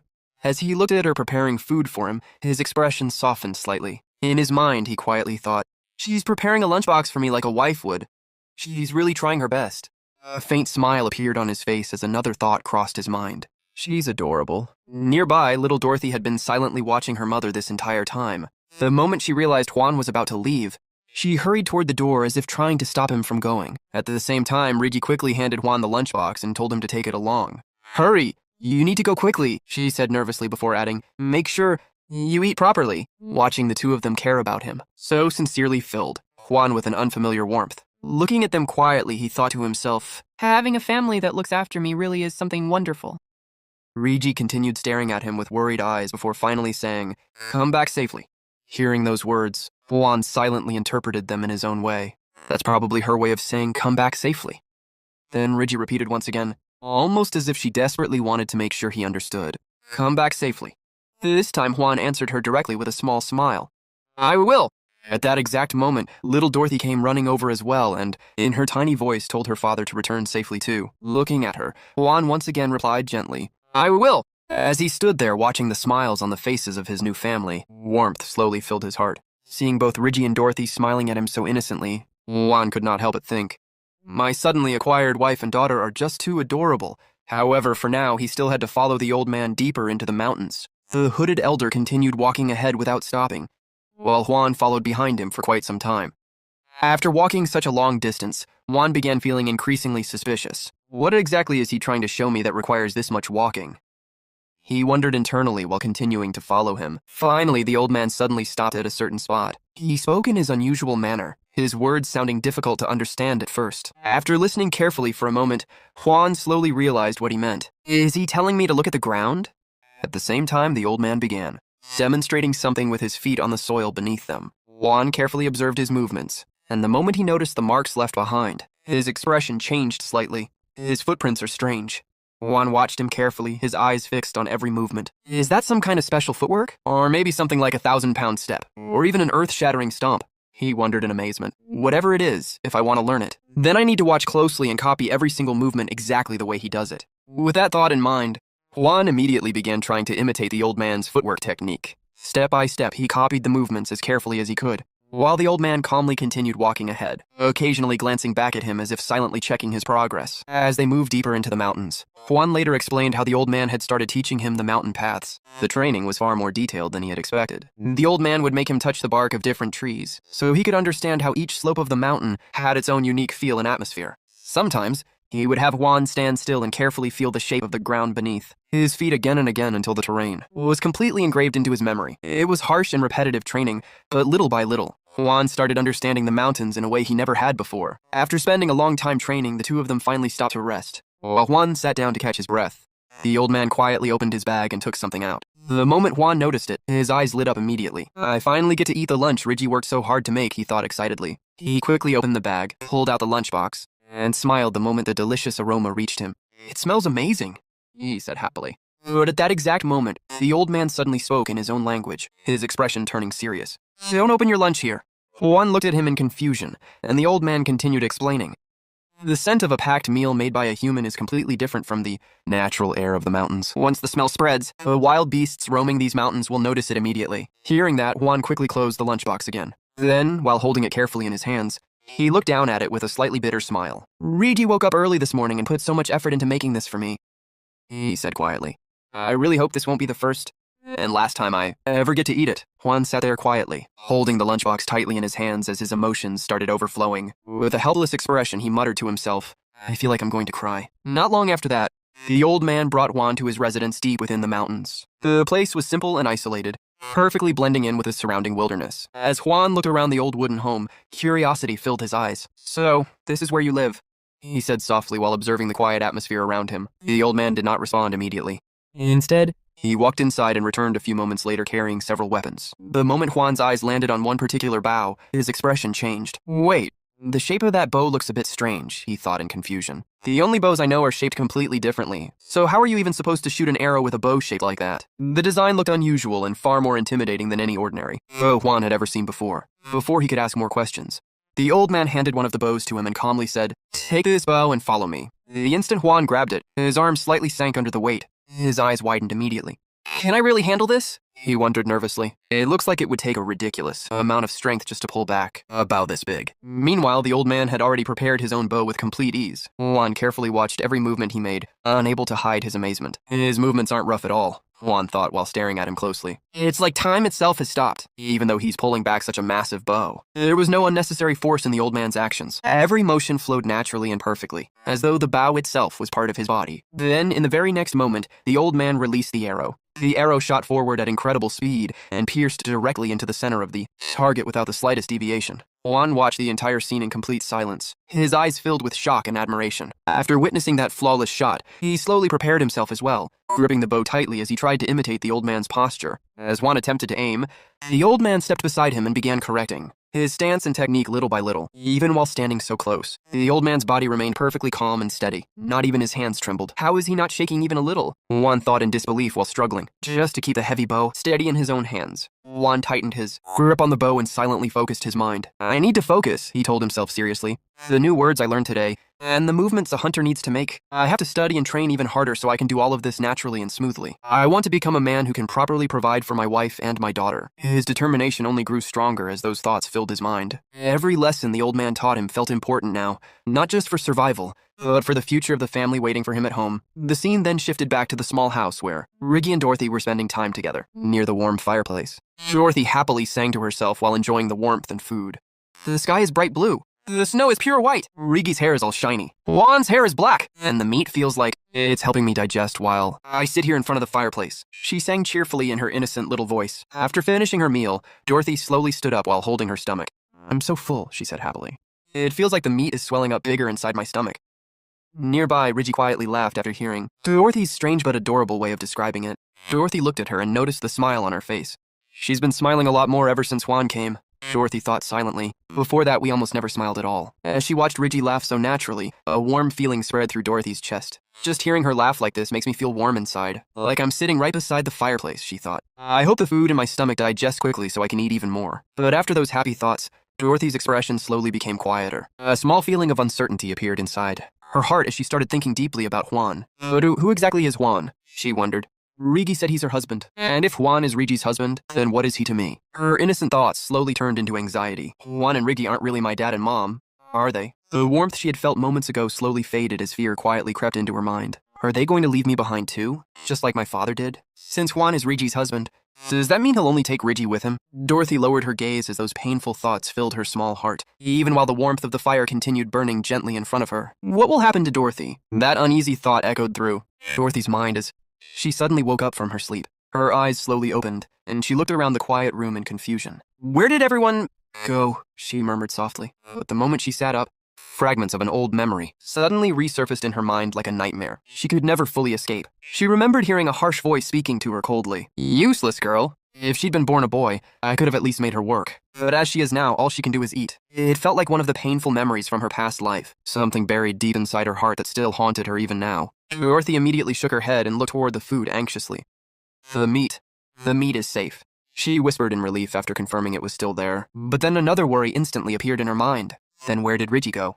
At that exact moment, loud shouting suddenly came from outside the house.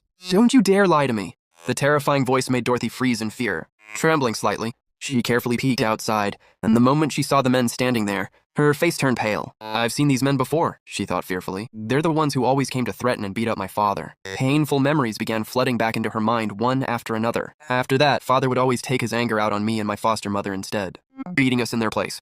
Dorothy's body shook nervously as she looked toward Riggy. Is she going to be okay? She wondered desperately. What if they beat her half to death too? Just like my foster mother? Outside the house, the yellow-haired man had grabbed Riggy tightly by the hair while aggressively interrogating her. Answer me now. What's that smell? He shouted angrily. You stole our meat, didn't you?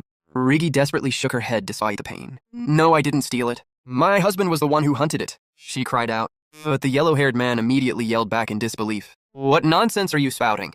You think hunting is some easy thing anyone can just do? At that moment, the red-haired man standing nearby spoke up coldly. We should check inside. Let's see what she's been hiding in there. Riggy panicked the moment she heard that. I told you it's not what you think. My husband really did hunt that meat. I'm not lying, please believe me, she begged desperately. However, the three men showed no concern for her words at all. They roughly threw her onto the ground before forcefully entering the house. The moment they stepped inside, their eyes immediately landed on the massive wolfskin Juan had hunted earlier. It's huge, the yellow-haired man muttered in shock.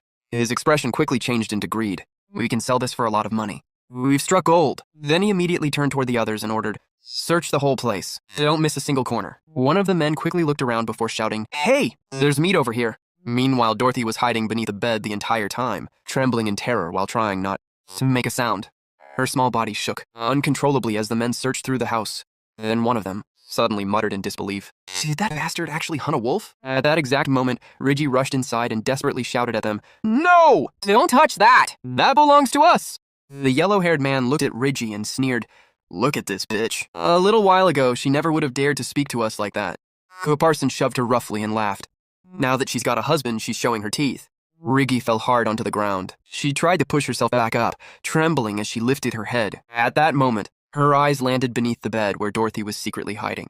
The instant Riggy saw her, fear flashed across her face. If these men discovered Dorothy was there, she couldn't even imagine what they would do, so she quickly pretended as if she had seen nothing at all. Under the bed, Dorothy covered her mouth as fear consumed her thoughts. I was hated because I was a bad child who only ever hid by herself. What should I do? She stayed completely still, too terrified to move. Meanwhile, the yellow-haired man kept mocking Riggy. Hey, look at her face! Does she think life is worth living now that she has a different husband? Another man snickered. What if that mountain guardian finds out? Find out what? The yellow-haired man replied carelessly. He doesn't even understand our language anyway. As long as we keep our mouths shut, we're fine. The others continued talking among themselves without the slightest bit of concern. It'll be a problem if we're caught.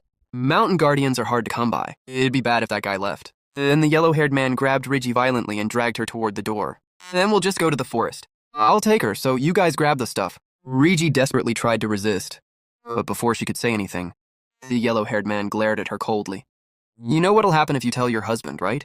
We'll come in the middle of the night and burn down the cabin, and everything else with it. After threatening her, the group finally left the house, dragging Riggy away with them. A heavy silence filled the cabin. Slowly, Dorothy crawled out from beneath the bed, her entire body shaking. Tears welled up in her eyes as terrifying thoughts rushed through her mind. Riggy was dragged away. Something bad is definitely going to happen to her. Her breathing became uneven as fear tightened around her chest. What if she doesn't come back? Dorothy tried to scream, but the moment a sound almost escaped her lips, she quickly covered her own mouth with both hands, terrified that the men outside might still hear her. Tears streamed down her cheeks as she curled into herself and cried softly. Where are you, Juan? She whispered through her sobs.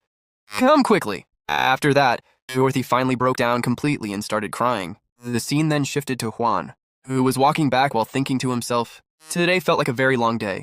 His expression looked exhausted. But before he could continue, the old man suddenly called out to him. Juan stopped and respectfully bowed his head toward him. Thank you so much for today, the old man said sincerely. But at that exact moment, Juan heard a faint sound in the distance. The instant it reached his ears, his expression changed completely. He immediately recognized the voice. It was Dorothy crying. A cold feeling rushed through his chest as he suddenly began moving forward in a hurry. Dorothy would never cry like that, he thought. Did something happen at home? If something happened to Riggy or Dorothy, those thoughts repeated endlessly in his mind as he rushed forward at terrifying speed. As soon as Juan arrived at the location, he didn't hesitate for even a second. The very first thing he did was throw a powerful punch straight into the face of the red-haired man, instantly knocking him unconscious. The others froze in shock the moment they saw it happen. Without slowing down, Juan immediately moved toward another man who was wearing a wolf hide over his body. With a single knee strike, Juan completely took him down as well. Then his eyes locked onto the yellow-haired man. Juan grabbed him tightly around the waist and violently slammed him backward onto the ground. Before the man could even react, Juan started beating him mercilessly. Each punch carried terrifying force as rage poured out of him uncontrollably. Inside his mind, Juan's thoughts were darker than ever. Human nature is filthy and ugly. Once they look down on you, it's over. After a moment, Juan slowly stood back up. A cold and overwhelming aura was pouring out from his body, so heavy that everyone around him could feel it. His eyes were filled with pure fury as he thought to himself that he needed to carve fear into these people's minds. If they ever tried something like this again, the consequences would be far worse than today. With that intention, Juan started walking toward the yellow-haired man once more. But suddenly, a sound came from behind him. The moment Juan turned around to look, the yellow-haired man took advantage of the opening and tried to attack him with a weapon. However, Juan instantly caught him before the attack could land. This time, though, it no longer looked like Juan intended to spare him. The anger inside him had already crossed a completely different level. The terrifying pressure around him only grew heavier as he tightly held the man in place. And just as the situation was about to spiral completely out of control, the old man suddenly arrived at the scene and shouted loudly, "I'm telling you to calm down." The old man continued speaking firmly. "Can't you see how frightened your daughter is?" Hearing those words, Juan immediately turned toward the house. There, standing near the doorway, was Dorothy, still crying uncontrollably. The moment Juan saw her trembling figure, all the rage inside him suddenly faded away. The terrifying pressure surrounding him disappeared as his expression slowly softened. Riggy quietly watched him from the side, her heart still beating fast. He seemed so gentle, she thought to herself, as if he didn't even know how to get angry. But it turns out, he can become frighteningly furious like this. Her eyes slowly drifted toward the men lying beaten on the ground. For a moment, while he was beating those men, he reminded me of my late husband. I wondered if I would end up beaten too, just like those fallen men. A brief wave of fear passed through her body, and fear surged inside me for a moment. But the instant she looked into Juan's eyes again, That fear completely disappeared. Those eyes weren't trying to scare me. What she saw in them was something entirely different. They were the eyes of someone who desperately wanted to protect her. He looks like someone who thinks I'm afraid of him, she realized quietly. Juan slowly walked toward her and softly called her name. At the same time, Rigi lowered her gaze toward herself as countless emotions filled her chest. Why would the reaction of a worthless woman like me matter so much to him? She thought bitterly. Looking at her own trembling body, she continued in her mind. There's nothing left for me to fear anymore. So why am I trembling like this? That's why he thinks I'm afraid of him. Her chest tightened painfully as she looked at Juan's face. Husband, please don't make such a hurt expression. She wanted to tell him clearly that she wasn't afraid of him at all. The words themselves would have been simple to say. Trying to tell you with words that I'm not afraid of you at all would be easy. But since we don't understand each other's language, slowly Rigi reached her hand forward. Softly calling Juan by name, she gently touched his hand. The warmth she felt from his hand instantly spread through her entire body, and with it, all of her fear quietly melted away. For the first time in a very long while, she felt completely safe. It felt as though as long as she stayed beside this person, nothing bad could happen to her. Tears welled up in her eyes as she looked at him, and with a trembling voice filled with emotion, she thanked him. After that, we saw Juan quietly looking toward Rigi, who was still tightly holding onto his hand. In a soft voice, he called out her name, Rigi. At that moment, Rigi had become extremely emotional, unable to properly control her feelings anymore. Without saying anything, she suddenly stepped closer and wrapped her arms around him in a heartfelt hug. Juan looked slightly surprised by her reaction, but then he gently returned the embrace and softly said, Thank you. Hearing those words only made Rigi even more confused inside. In her mind, she could not stop herself from thinking, why is she so grateful? If anyone should be thanking someone, it's me. Not too far away, Dorothy was silently watching the entire scene from a distance. However, unlike the emotional atmosphere between Juan and Rigi, Dorothy looked completely terrified. Her face had gone pale, and her body trembled slightly as if she was still trapped inside a nightmare. Rigi soon noticed her standing there, and immediately pointed toward her while calling out worriedly, Dorothy! The moment she saw Dorothy's condition, Rigi quickly started running toward her without hesitation. Meanwhile, Juan chose to remain outside instead of following behind them. He had no intention of interfering in the matter between the two girls and decided it was better to give them space. As Rigi finally reached Dorothy, she looked at her with concern and gently asked, Dorothy, are you okay? But the moment she got closer, she realized Dorothy's entire body was shaking uncontrollably. Dorothy herself could barely calm down. Inside her mind, countless terrifying thoughts continued repeating again and again. I was the one who asked for help, she thought. But seeing Juan's massive fists swinging right in front of me was terrifying. The horrifying images refused to leave her head. She kept remembering the swollen faces of her stepmother and Rigi after being beaten so badly. Their faces had been covered in horrible bruises of red, blue, and yellow. The more she remembered those painful images, the more fear consumed her heart. Dorothy could not stop imagining that one day, her own face might end up looking exactly the same. That terrifying thought alone was enough to make her feel completely helpless. Soon, tears slowly began falling from Dorothy's eyes. However, even while crying, another painful memory resurfaced inside her head. She remembered the harsh words that had once been said to her. You mustn't cry. If you cry, you'll get beaten even more. Those cruel words had been carved deeply into her heart, to the point that even now she was scared of showing weakness. Struggling to hold back her emotions, Dorothy shakily spoke through her tears, saying that she needed to apologize to Rigi immediately. She believed she had been wrong and needed to tell her that before it was too late. Fearfully, she admitted that she was terrified Rigi might start treating her like a ghost, exactly the same way her stepmother used to treat her in the past. Then, with trembling emotions still visible on her face, Dorothy slowly stretched her hand forward toward Rigi and apologized in a weak voice. I'm sorry for hiding instead of helping you. So please, don't leave me alone. It was my fault. The guilt she had been carrying inside her heart finally burst out all at once. She truly believed she had abandoned Rigi when she needed her the most, and the fear of being left behind again terrified her, more than anything else, however. The moment Rigi heard those words, she immediately pulled Dorothy into a warm embrace, without even hesitating for a second. Holding her tightly, she gently said, Dorothy, what are you talking about? Earlier, when our eyes met, I only pretended not to know you because I was afraid those men would find you. Her voice was soft and comforting, filled with genuine care. She wanted Dorothy to understand that none of this was her fault. Rigi continued reassuring her, Dorothy has absolutely nothing to feel guilty about. Nothing at all. Hearing those words, Dorothy slowly looked up at her with tearful eyes and quietly asked, Really? She sounded almost unable to believe it, as though kindness itself felt unfamiliar to her. Rigi then smiled warmly and gently spoke again. You were scared, right? But everything is fine now, because Papa is here. The moment Dorothy heard that word, confusion instantly appeared across her face. Papa, she repeated in disbelief. But my dad died. To Dorothy, the idea itself made no sense.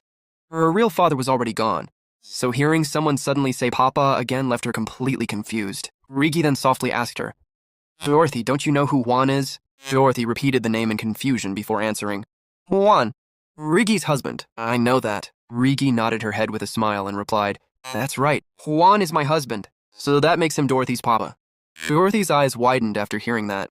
Papa, she muttered again, this time more quietly, as if she was trying to understand the meaning behind those words. Rigi then continued explaining gently, I'm Dorothy's stepmother, right? Dorothy slowly nodded in response. Seeing that, Rigi smiled and said, So since Dorothy is my daughter, Juan becomes Dorothy's papa too. Dorothy could hardly believe what she was hearing. She slowly turned her head and looked outside toward Juan standing in the distance. Staring at him blankly, she whispered in disbelief, He is my father? Rigi immediately answered with confidence, Yes, but Juan is different from your old father who died. He isn't someone who beats us. He's someone who protects us. Her words carried a warmth Dorothy had never experienced before. For perhaps the first time in her life, the word father did not sound frightening. Dorothy then looked back toward Juan again, still trying to process everything in her mind. Finally, with innocent confusion in her trembling voice, she asked, So the reason Juan beat those scary men so brutally was because he is Dorothy's papa? Because I asked him to help? Dorothy quietly repeated those words to herself in disbelief. After saying that, she slowly turned her gaze toward the window and looked outside where Juan was standing. A strange warmth began filling her chest, something she had never truly felt before. Then, almost unconsciously, she started calling out the word Papa again and again in a small but excited voice. Inside her mind, countless thoughts began overflowing all at once. Someone with a huge face, a huge body, and huge hands and feet is Dorothy's papa, a super strong and amazing papa who protects Dorothy and Rigi. Because she was still inside, Juan could not hear her voice calling out to him. Unable to hold back her emotions any longer, Dorothy quickly ran outside toward him. As she moved closer, more thoughts continued flooding her mind one after another. He doesn't beat me. He holds me tightly at night when we sleep together. He smiles at me. He gives me meat and even gave me a name. To Dorothy, these simple acts of kindness felt more precious than anything else in the world. Her heart trembled with happiness as she realized something unbelievable. To think that the person who gave me my name is my papa. How wonderful. Still repeatedly calling out, Papa, Papa, Dorothy unknowingly ran closer and closer, until she was finally standing right near Juan. At that moment, Juan turned around and noticed her. The instant he saw Dorothy looking at him with sparkling eyes, while calling him Papa, his expression softened completely. Without hesitation, he immediately pulled her into his arms and lifted her high into the air. Even though he could not fully understand the exact words she was saying, deep inside, he somehow understood the feelings behind them. In his mind, he quietly thought, Dorothy keeps shouting words I don't know. They are definitely words I don't know, but I feel like I understand what they mean. Holding her carefully in his arms, Juan gently patted Dorothy's head with affection. However, after a few moments, his expression suddenly changed slightly as he noticed something strange. What's that smell? He wondered for a second before immediately realizing the truth. Dorothy, she peed herself. Even after noticing it, Juan could not help but smile helplessly. Dorothy looked so innocent and radiant, with happiness that he almost felt bad for even thinking about it. Still, he quickly reminded himself, I need to change her clothes right now, or she'll catch a cold. At that same moment, Rigi finally came running outside as well. The moment she reached them, Juan naturally pulled her into the embrace too, holding both Dorothy and Rigi together in his large arms. The warm scene felt almost like a true family for the first time. However, while being held there, Dorothy suddenly noticed something behind them and immediately shouted, The meat! Her eyes instantly lit up with excitement. Without wasting another second, she hurried toward it so quickly that both Juan and Rigi became confused by her sudden reaction. They watched in surprise as Dorothy rushed toward the pile of bodies, lying on the ground and stopped in front of a basket nearby. Despite being such a tiny child, she immediately tried lifting the heavy basket with all her strength. Naturally, it was far too heavy for someone as small as her, and at first it did not move at all. Even so, Dorothy stubbornly refused to give up. Gritting her teeth, she continued pouring every bit of strength she had into lifting it. Seeing her struggle so seriously, Juan and Rigi both quickly moved forward, planning to help her. But before they could even reach her, Dorothy suddenly managed to lift the basket by herself, little by little. Watching that unbelievable sight, Juan could only stare in shock. Then, deep inside his mind, he muttered in disbelief, Incredible! Her obsession with meat is truly terrifying. Seeing Dorothy struggle so desperately with the heavy basket, Juan immediately stepped forward to help her. Dorothy turned around the moment she sensed his presence behind her, and the instant she looked at her father, her eyes sparkled with excitement once again. Juan easily grabbed the basket and helped lift it together with her, watching the child look at him with such admiration. Over something as simple as carrying a container filled with meat made Juan feel strangely amused inside.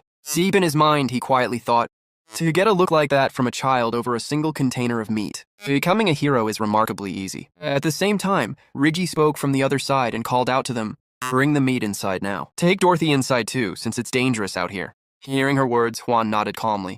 Soon after, we saw the three of them heading back, inside the room together while carrying the meat with them. The atmosphere inside felt far warmer and safer compared to the terrifying chaos outside. After taking care of everything inside, Juan eventually stepped back out alone. The moment he returned outside, the warmth in his expression completely disappeared, replaced by an intense anger burning deep within him. He still had no intention of forgiving the three men lying there. In his mind, he wanted to finish them off completely so they could never threaten his family again. However, before he could act on those violent thoughts, the old man suddenly stepped forward to stop him and firmly said, "You must not beat or kill people anymore." Hearing those words, Juan immediately looked toward him and coldly replied, "Are you telling me not to kill them?" Even while speaking, he continued thinking deeply to himself. Right. It would become a problem if I were arrested or turned into a slave again. That single thought alone forced him to calm down slightly. He could no longer act only for himself anymore. Things had changed now. Juan glared furiously at the defeated men lying before him and muttered, through clenched teeth, "You bastards!" However, inside his mind, his thoughts became even darker. Because I'm not alone anymore, but I will remember your faces perfectly. If our paths cross again, a fate worse than death will be waiting for you. His killing intent had not disappeared at all.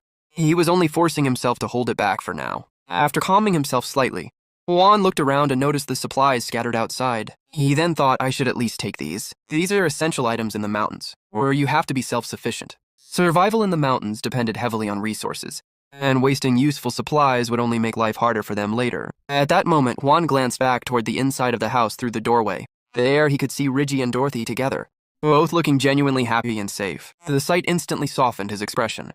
For a brief moment, all the rage inside him quietly settled down. Without another word, he gathered the remaining supplies lying outside and carried them back inside. As he walked back toward the room where his wife and daughter were waiting for him, a powerful thought echoed deeply within his heart. Losing a family once is more than enough. His eyes slowly hardened with determination as he continued thinking, no matter what happens, at the very least I will protect these two. Juhan gently ran his hand through Riggy's hair, staring at her wounds with a troubled expression. Deep down, he couldn't help but think that if only he knew healing magic, he would have been able to heal all of her injuries instantly. The thought left him feeling disappointed in himself. Sensing his concern, Riggy softly placed her hand on his cheek and reassured him that she was completely fine. Then, using both of her hands, she gently stretched the corners of his lips into a smile. Yuhan looked confused by her sudden action, but at the same time, he couldn't help feeling a little happier. Without warning, Juhan suddenly lifted Riggy into his arms. Startled, she looked at him in confusion. Embarrassed? Yuhan quickly explained that the floor was too cold for her to sit on. However, as he looked closer, something immediately caught his attention. The injury marks on Riggy's face had completely disappeared. Yuhan's eyes widened in shock. He began wondering if all the magic training he had been doing earlier was finally starting to show results. As the realization sank in, excitement filled his face. Finally, I can use healing magic. Meanwhile, Riggy simply stared at him, completely confused about why he looked so happy all of a sudden. The scene then shifts to the next day at a different location. Has this bird-brained idiot completely lost his mind? An angry woman shouted while kicking a rooster nearby. He doesn't even recognize his own master, and keeps sticking his beak into everything. Standing beside her, a man calmly replied, "Does giving some fabric to the mountain guardian really bother you that much?" The woman immediately turned toward him with frustration. Even so, there was no need to give him fabric, too. I saved that fabric for 10 whole years. I know, the man answered. But it couldn't be helped. He looked like someone who was used to fighting. After a brief pause, his expression grew serious. If more people get hurt or die, this year's harvest will be completely ruined. Foolish woman, you're only looking at what's right in front of you. You don't see the bigger picture. The woman crossed her arms and glared at him. And just how big is this so-called bigger picture that you're willing to give away, my precious fabric, so easily? The village chief slowly smiled. I saw it clearly yesterday. Not only did he have beast bite, wounds that weren't there when he first arrived. His eyes narrowed, but those wounds were healing at an unbelievable speed. At that moment, everything clicked in his mind. What Gus said must be true. The mountain guardian is a mage, and not just any mage, but a healing mage. A greedy smile slowly appeared on his face. I need to handle him very carefully. Even nobles would desperately want a healing mage this powerful. His smile widened further. And if royalty finds out about him, I could make a fortune from it. The thought alone filled him with excitement. If everything goes according to plan, I won't have to live as some ordinary village chief anymore. Looking around cautiously, he lowered his voice. Right now, nobody here realizes that a healing mage is living among us. These villagers are too uneducated to notice something like that. But if rumors start spreading, nobles or guilds will take him away before I can profit from the situation. After thinking for a moment, he continued, the only person I can trust with this is old Gus. While Gus keeps an eye on the mountain guardian, I'll search for nobles who are willing to pay a fortune for a healing mage. Then he turned toward his wife. Hey, try getting along with the mountain guardian's wife. According to Gus, that mountain guardian learned hunting remarkably fast. He's sharp too. His expression grew cautious. If we're not careful, he might discover that we're skimming the Lord's goods and report us. Then, with a knowing grin, he added, besides, I've heard he's very fond of his new wife. The village chief then leaned closer and said, if you become friends with his wife, we might be able to get rabbit pelts from them at a much cheaper price. His wife nodded. Fine, besides, there aren't many women around here that I can spend time with anyway. With that, she turned around and walked away. After she left, the village chief's expression became thoughtful. We should return some of the things we took from the mountain guardian's cabin. He stared into the fire for a moment before continuing. Compared to everyone we've brought here before, he's on a completely different level. His voice grew serious. If we don't handle this properly now, it could become a major problem later. As he tossed another piece of firewood into the flames, he let out a sigh. It's a shame, but it can't be helped. The crackling fire echoed through the room as he muttered, you have to give up some flesh to get the bones. A few days later, the scene shifts back to Juhan's cabin. The warm morning sunlight filtered through the wooden walls as Juhan got himself ready for another day. While preparing, his eyes naturally drifted toward Riggy. A small smile appeared on his face. Riggy seems really happy today as well. The village chief must have thought one bolt of fabric wasn't enough, so he sent even more things this morning. Juhan watched Riggy happily sorting through the gifts with sparkling eyes. A helpless smile appeared on his face. She wasn't even this happy when her bruise disappeared right before her eyes. As he watched her excitement over such simple things, he couldn't help but admire her. Looking at Riggy made him realize how important it was to appreciate the little things in life. Whenever I look at Riggy, I feel like she's teaching me how to be happy over the smallest things. His gaze softened. And that's why I love her. A warm smile spread across his face. A woman like her is my whole life. After finishing his preparations, Juhan turned toward Riggy. I'm heading out now. As usual, Riggy immediately repeated his words back to him in her adorable way. The two exchanged a few more affectionate words, completely lost in their own lovey-dovey atmosphere. Eventually, Juhan stepped outside. Standing at the doorway, Riggy waved goodbye as he walked away. A short while later, Juhan arrived at Old Gus's house. Old Gus had told him that today they would be going rabbit hunting. However, as Juhan thought about it, a complicated expression appeared on his face. Would they actually be able to catch a rabbit? More importantly, would he really be able to kill one? The problem wasn't the hunting itself. The problem was Dorothy. That rabbit-like girl always seemed to be asking for meat. And somehow every time Juhan imagined a rabbit, Dorothy's face immediately appeared in his mind. Trying to shake away the thought, he took a deep breath. I'm a hunter. I shouldn't be this soft-hearted. But no matter how hard he tried, the image wouldn't disappear. Whenever he imagined a rabbit, he could only see his rabbit-like wife. I can't help but think of my rabbit-like wife.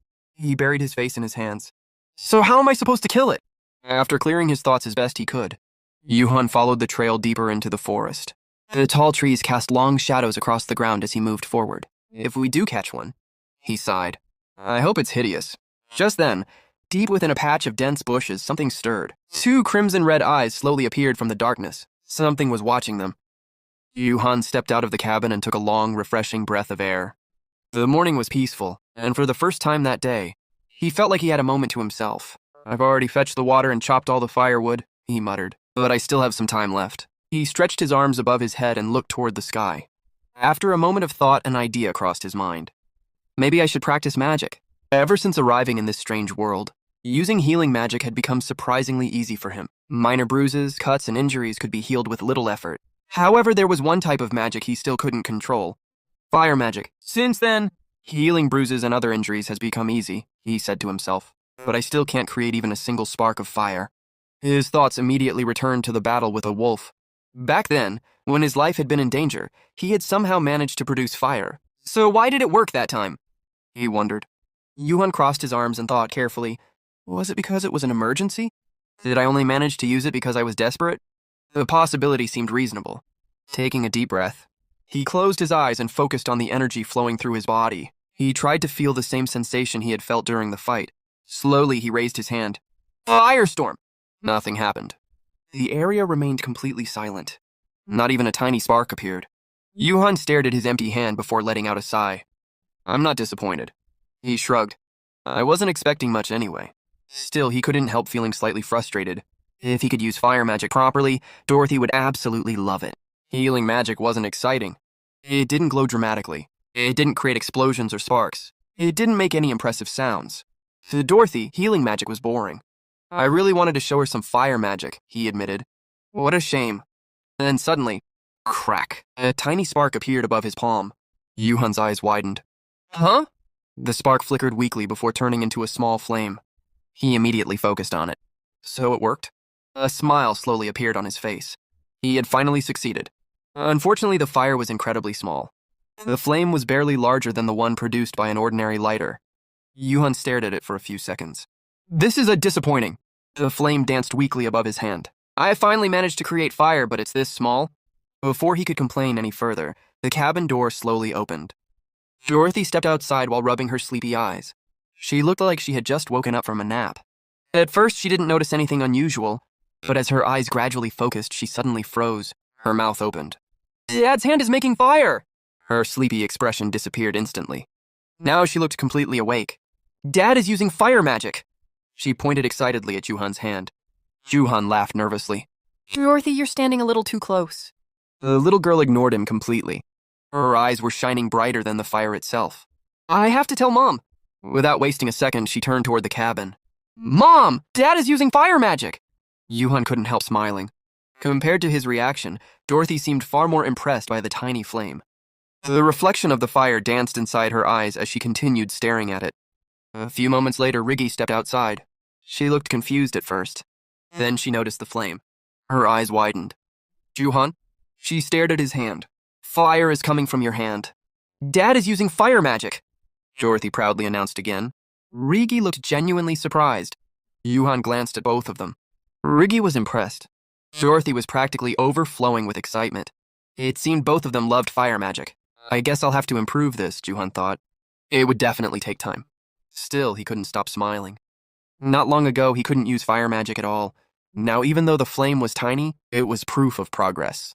At the very least, he said, I might be able to use this to start campfires. Suddenly, Riggy seemed to remember something important. Oh! Without another word, she turned around and headed back inside the cabin. Dorothy blinked.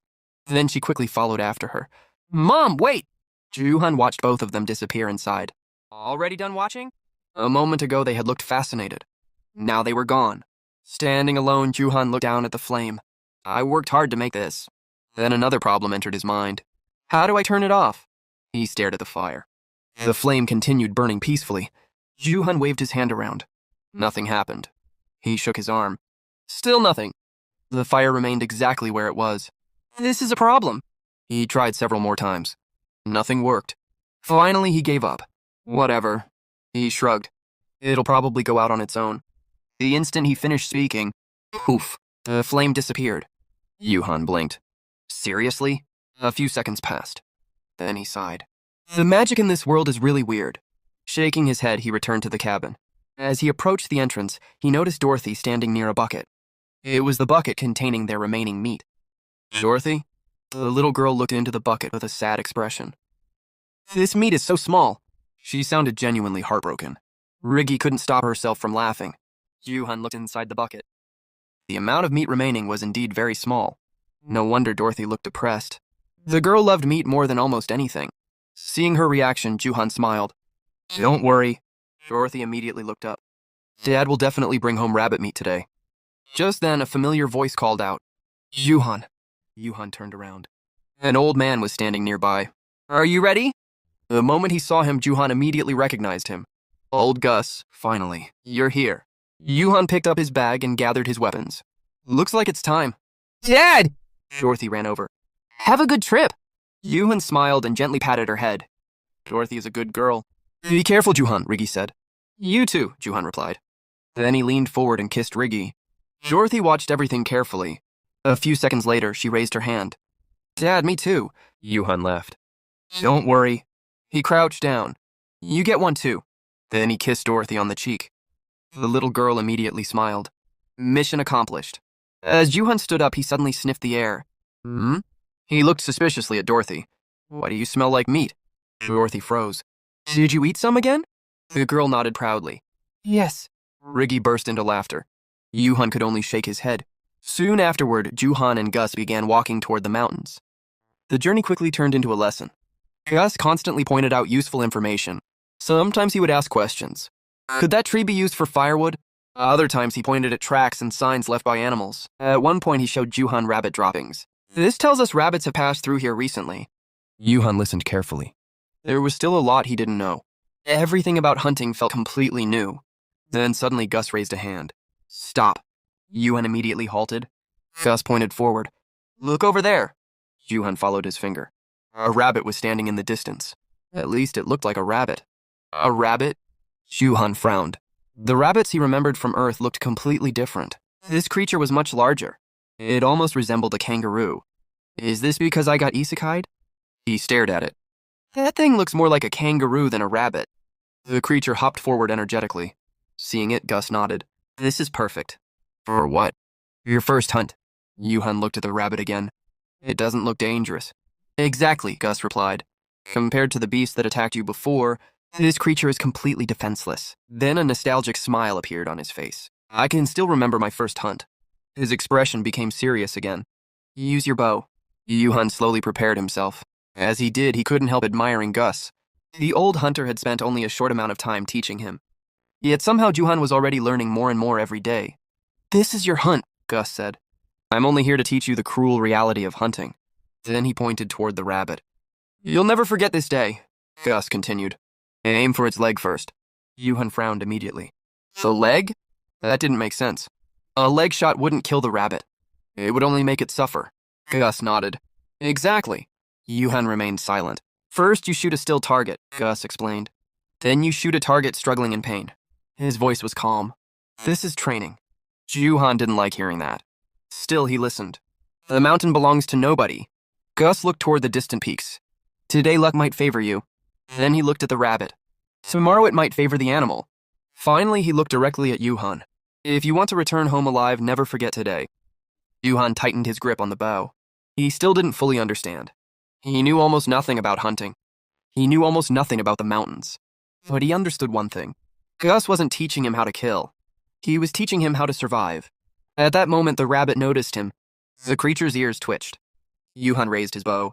For some reason, the situation reminded him of his first day in this world. The cage, the fear, the helplessness, the realization that humans could imprison other humans. The memory flashed through his mind. Then he returned to the present. I know nothing about these mountains. I know nothing about hunting. But Gus is trying to teach me how to live. Juhan took a deep breath. He pulled back the bowstring. The rabbit remained completely unaware of what was about to happen. Everything seemed to slow down. The wind stopped. The leaves became still. Even the sounds of the forest seemed to disappear. Then, Juhan released the arrow. The bowstring snapped forward. The arrow shot through the air like lightning and raced directly toward the rabbit. And for a brief moment, the entire world fell silent. We see that an arrow has already pierced the rabbit's leg. The wounded creature rolls across the ground, kicking frantically as a sharp cry escapes its throat. Its screams echo through the quiet forest, making the scene difficult to watch. Juhan freezes. For a moment, he simply stares at the struggling rabbit. I hit it, he says in shock. Old Gus stands beside him with his arms crossed. His expression remains calm and unreadable. Do it again.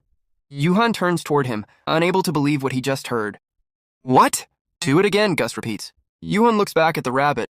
You want me to shoot it again? Yes, Gus answers without hesitation. This time, aim for its front paw. Juhan's eyes widen. He cannot understand why Gus would ask him to do something like that. The rabbit is already injured. One more accurate shot could end its suffering instantly. Yet Gus wants him to wound it again. For a few seconds, Juhan remains silent. Why? He doesn't understand the reason. But something about Gus's expression tells him that this lesson is important. Juhan lowers his gaze toward the rabbit once more. The creature continues crying in pain as it drags itself across the ground. A feeling of pity begins to grow inside him. No, I can't let myself hesitate. If I keep looking at it like this, I'll start feeling sorry for it. He clenches his jaw. I shouldn't be thinking about the rabbit. I should be thinking about Dorothy and Riggy. Everything I'm doing is for them. Slowly, Juhan raises his bow again. The rabbit's cries reach his ears. I'll pretend I can't hear it. It's only the cry of an animal. Nothing more. Taking a deep breath, he pulls back the string. The forest becomes silent around him. For a brief moment, all he can see is the rabbit. Then he releases the arrow. The world seems to slow down. We see the rabbit's terrified eyes, reflecting the incoming arrow as it flies through the air. It doesn't matter if I become a villain. The arrow rushes forward. It doesn't matter if I become a demon. A moment later, the shot lands. The lesson is over. Some time passes. The sun has begun to sink lower in the sky. Yuhan and old Gus sit together in silence. Neither of them speaks for several moments. Yuhan stares at the ground. His thoughts remain fixed on what happened earlier. Finally, he breaks the silence. Even though I could have ended its life instantly. He pauses. I caused it pain on purpose. The words feel heavy. He hates admitting them. Yet he knows they are true. After another moment, he continues speaking. It's a despicable act against the natural order. His hands tighten into fists. But hunting is no romantic endeavor. He slowly lifts his head. This is a struggle for survival between humans and animals. Yuhan lowers his gaze and examines his hands. The same hands that feed his family. The same hands that injured an innocent creature. For a long time, he remains silent. Then he whispers, "But I must never forget what I did today." If he forgets, he might start treating life carelessly. If he forgets, he might lose sight of what hunting truly means. Suddenly, Gus stands up.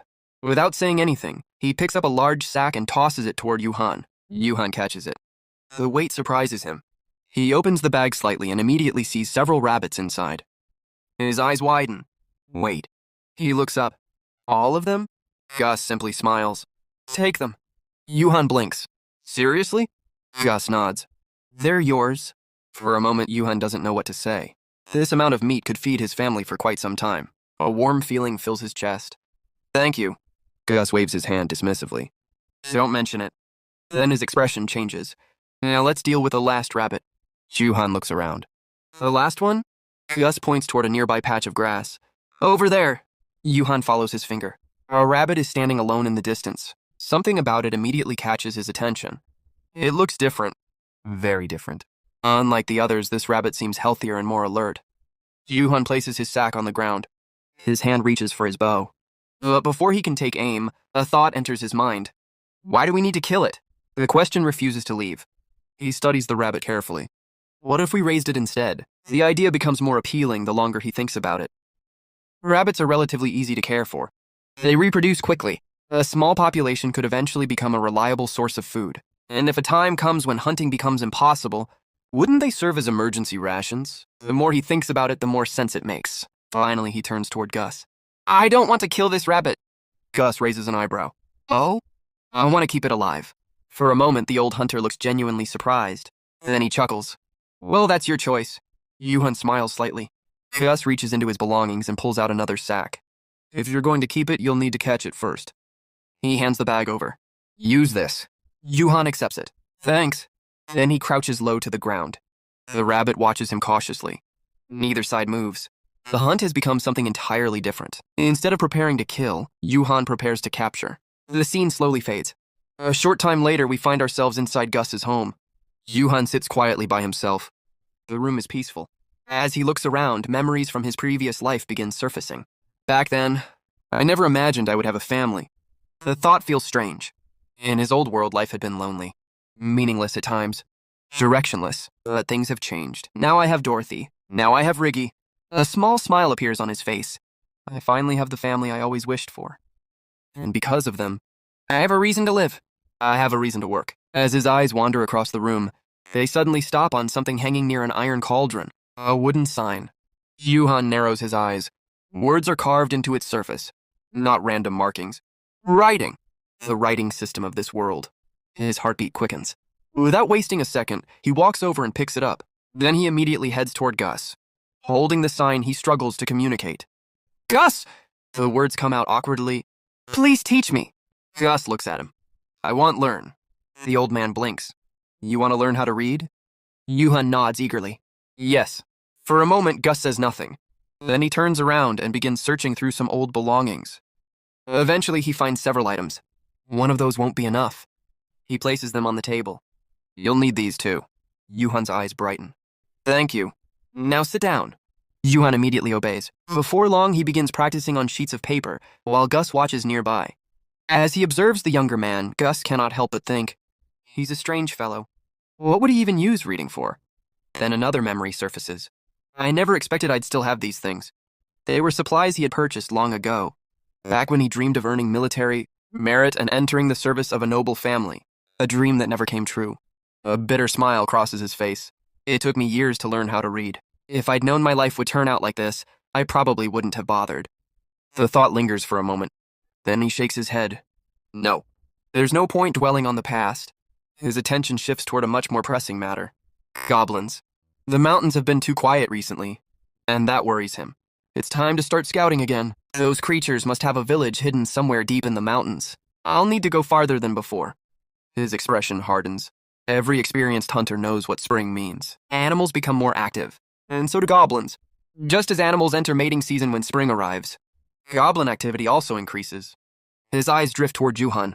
The young man continues practicing his letters with impressive focus. He's inexperienced, but he learns incredibly fast.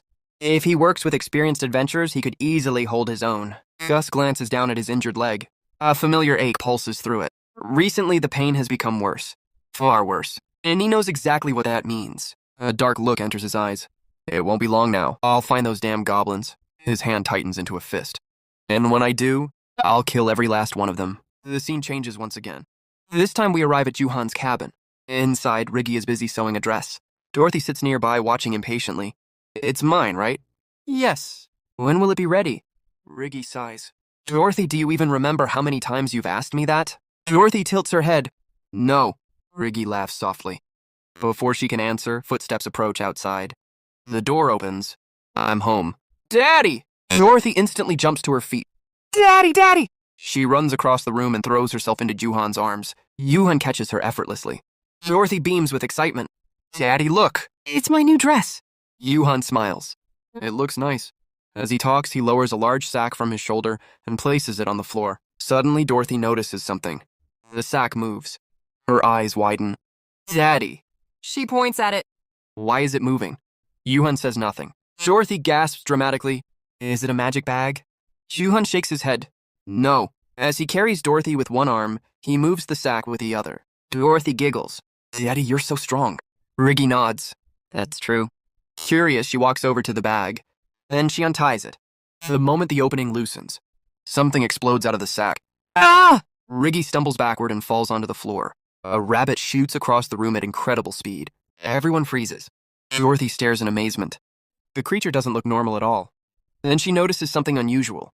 Her eyes grow even wider. She points directly at the rabbit. Daddy! What? That rabbit is weird. Juhan follows her gaze. Dorothy's finger remains fixed on the creature. Then she shouts excitedly, It has horns. We see Dorothy staring excitedly at the horned rabbit. So cute, she says. Riggy quickly steps forward. Dorothy, don't come any closer! Dorothy tilts her head in confusion. Why? Riggy points at the rabbit. It has horns. That means it could be dangerous. Despite saying that, Riggy slowly approaches the rabbit herself. Don't worry. I'll catch it for you. Whoa! Dorothy exclaims excitedly. Riggy closes her eyes and carefully reaches toward the rabbit. Then suddenly, her eyes snap open in surprise. The rabbit is already in her hands. Did I catch it? She looks completely confused. Still, it's a rabbit. There's no way it'd be caught this easily. At that moment, the rabbit begins trembling violently. Wait a minute. Riggy looks closer and immediately notices the injuries covering its body. The rabbit isn't struggling because it's aggressive. It's shaking because it's hurt. Dorothy's expression instantly changes. Is the bunny hurt? After a brief pause, she becomes visibly worried. What do we do? The bunny is hurt. She quickly turns toward Juhan. Dad, is the rabbit hurt? Juhan looks surprised by the sudden question. Let me see. He reaches out his hands. Give it to me for a moment. Riggy carefully hands the rabbit over. Juhan gently holds the small creature and begins examining its injuries. After confirming the wounds, he raises one hand. A faint glow begins gathering around it. Riggy watches curiously. Juhan starts using healing magic. Soft light flows into the rabbit's body, and slowly the wounds begin closing. The cuts disappear. The trembling stops. Within moments, the rabbit looks completely healthy again. Riggy's eyes widen. Ooh, the bunny isn't hurt anymore! She looks at Juhan with admiration. Dad, you're amazing. Then she quickly adds, Really amazing. Dorothy immediately wraps her arms around Juhan. Hearing the praise from both of them makes him incredibly happy. A faint blush appears on his face. For a moment, he simply enjoys the warmth of his family. Afterward, Juhan bends down and prepares to place the rabbit on the floor. However, Dorothy suddenly stops him. Wait! She runs off and quickly returns carrying a small basket. Holding it out proudly, she says, "Put the bunny in here." Without thinking much about it, Juhan places the rabbit inside the basket. Dorothy kneels beside it and smiles lovingly. "Yeah, I'll take good care of the bunny." She gently pats the basket. "I promise I'll protect you and take care of you." Juhan and Riggy exchange a glance before smiling at each other. The scene slowly shifts to nighttime. Dorothy has fallen asleep while hugging the rabbit's basket close to her bed. Meanwhile, Juhan and Riggy sit together, practicing reading and writing so that Juhan can learn the language of this world. As he studies, Juhan reflects on his life. Humans are greedy.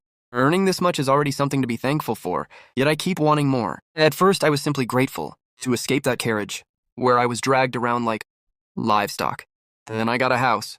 And once I had a house, I expanded it so Dorothy would have more room to play. He continues practicing the letters. Now that I have both a home and a family, I want to learn how to read. A gentle smile appears on his face. Of course, the thing I'm most grateful for out of everything I've gained is her. Riggy continues helping him study. As he watches her, another thought crosses his mind. You've been working all day. You must be exhausted. Juhan reaches out and places his hands on her shoulders. Riggy jumps slightly in surprise. Then Juhan begins gently massaging her shoulders. Riggy relaxes almost immediately. Thank you. A faint blush appears on her face. His hands are so warm. The atmosphere becomes quiet and comfortable. The two slowly grow closer as they spend the evening together. Soon, the scene changes once again. The next morning, we see the village chief riding inside a carriage. He lets out a tired sigh. To think it takes a full day and a half by carriage just to reach a large city with an informant. He rubs his aching back. It hasn't even been half a day and my body already hurts. Then his expression turns serious. After paying for the carriage, the trip, and the informant's information, this better be worth it. A greedy smile appears on his face. Most healing mages are small and physically weak. His thoughts immediately drift toward Juhan. But that mountain keeper bastard is different. I've never seen anyone as huge and strong as him. The smile grows wider. With someone like that, I could easily earn at least a dozen gold coins. Elsewhere inside the carriage, two passengers are discussing recent events. Then what's going to happen? Shouldn't we summon a hero as well? The other man shrugs. It seems our country has already attempted to summon a hero several times. The first man leans closer. I heard the temple successfully summoned one. What if the hero that appeared in the enemy country is fake? The second man laughs. Honestly, we don't even know whether heroes truly exist. How can we believe in someone who supposedly lived hundreds of years ago? They say the hero looks different from normal people. If they're fake, they'll be exposed soon enough. Hearing the conversation, the village chief frowns. I'd forgotten that this area is close to the enemy country. I've spent so much time in the village that I stopped paying attention. His expression becomes anxious. I need to sell the information, get the money, and return as quickly as possible. There's no telling when the enemy might attack. The carriage continues moving down the road. The scene shifts once more. Back at home, Dorothy is playing with the rabbit. She crouches beside its basket. You're bored, aren't you? She giggles. I'll play with you. Just then, Riggy walks into the room. Dorothy, that's not for eating. Dorothy looks confused. Mommy, are you silly? Riggy blinks. I know baby bunnies aren't for eating. Riggy points toward Dorothy's mouth. If you know that, then wipe the drool first. Dorothy quickly wipes her mouth. Then she suddenly remembers something. Oh, bunny food! She jumps to her feet. Mommy, I'm going to feed the bunny! As soon as she steps outside, she notices something unusual. Her eyes widen. We already have a house. She looks toward Juhan, who is busy working nearby. Why is Dad building a fence? A moment later, she remembers why she came outside. Oh, right. I came out to feed the bunny. She happily runs toward the rabbit enclosure. When she arrives, she stares at the larger rabbits inside. It really is big and ugly. Nevertheless, she places the food down for them. Afterward, she kneels beside her own rabbit.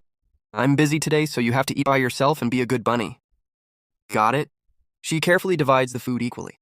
Then a thought suddenly crosses her mind. It looks like Dorothy can use magic, too. A huge smile appears on her face. I'll have to brag to Dad when he gets back. Her imagination begins running wild. Maybe I can use magic on wolf meat, too. She becomes increasingly excited just thinking about it. Meanwhile, the scene shifts to Riggy. She is sitting inside the house while holding a preserved wolf head and several pelts.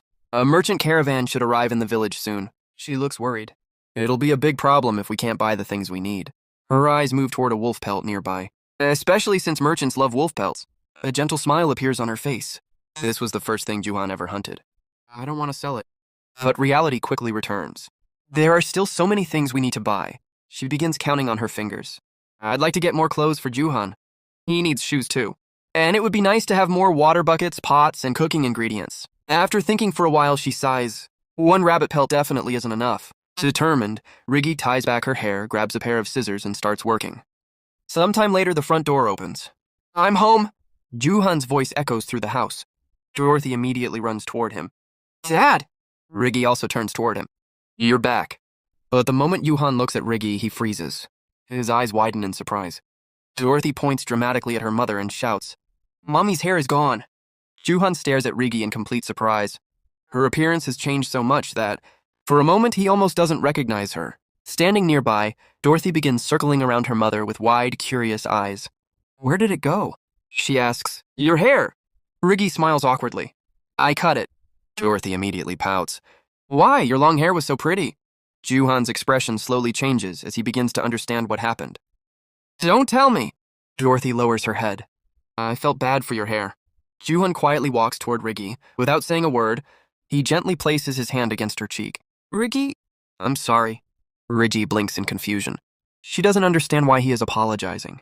As she looks into his eyes, a thought crosses her mind. He really is a strange man.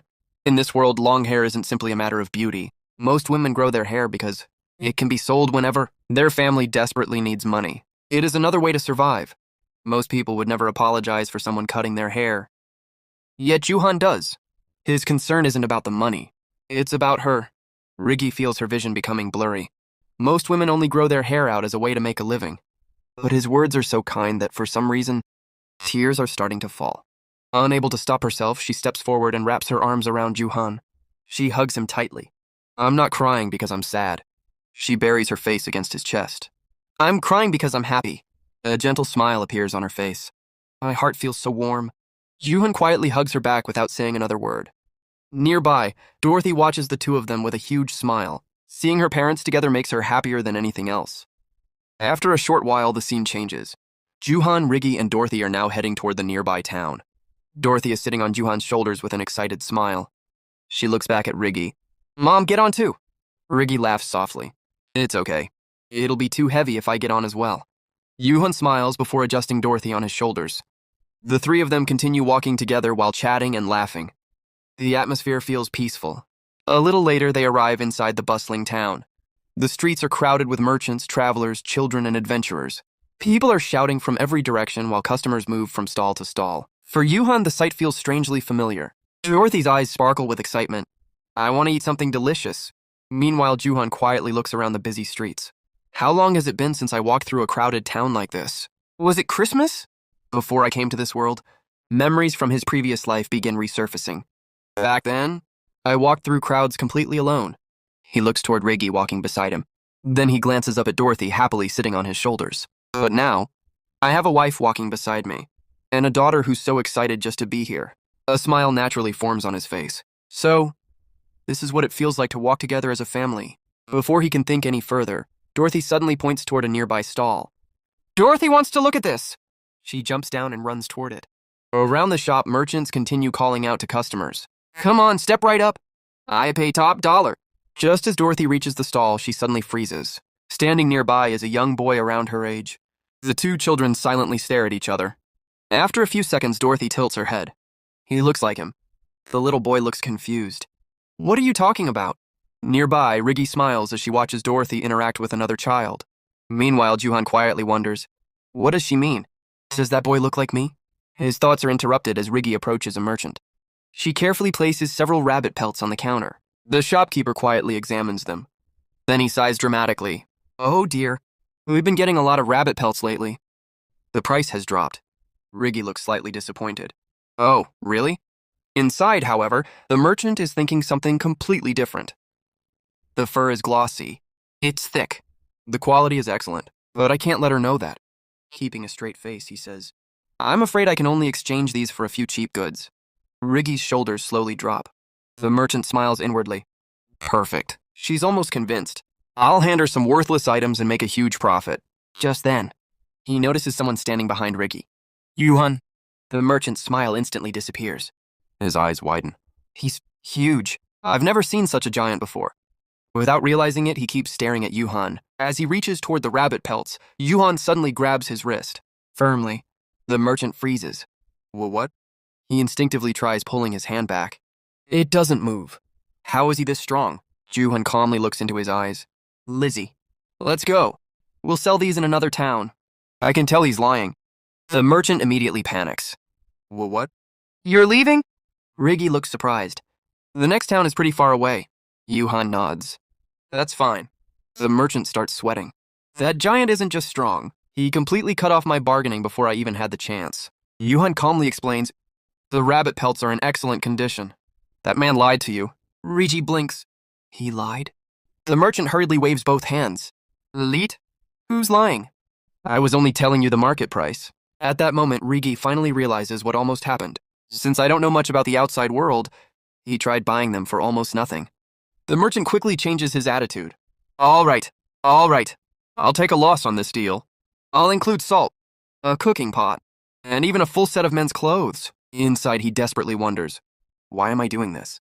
Riggy gently shakes her head. Yuhan, let's leave. Let's find someone who'll pay us honestly. Okay. The merchant suddenly jumps over the counter. No, wait. Those are some of the highest quality pelts I've seen today. Watching them walk away, he grabs his own head in frustration. We're screwed. Meanwhile, Dorothy proudly points toward Yuhan while talking to the other children. He's my dad. My dad. Riggy calls out, Dorothy, we have to go now. Come on. Still smiling proudly, Dorothy waves goodbye while repeatedly saying, he's my dad. The scene gradually shifts. A little later, Dorothy is wrapped safely inside Juhan's coat as they walk home. She smiles peacefully. It smells nice. I feel safe here, because my super strong dad is protecting me. Then she suddenly notices something. Wait, why is it so warm? A moment ago I was freezing. She looks around. I'm inside Dad's coat! A moment later she pokes her head out. Dad! What is it? Put me down. I have to feed the rabbit. Juhan smiles before carefully lowering her onto the ground. The moment her feet touch the earth, Dorothy grabs a bundle of fresh grass and happily runs toward the rabbit enclosure. Here's your food! But the moment she arrives, she freezes. The enclosure is empty. No rabbits. Not even one. For several seconds, Dorothy simply stands there in disbelief. Then tears begin filling her eyes. The rabbits, they're gone.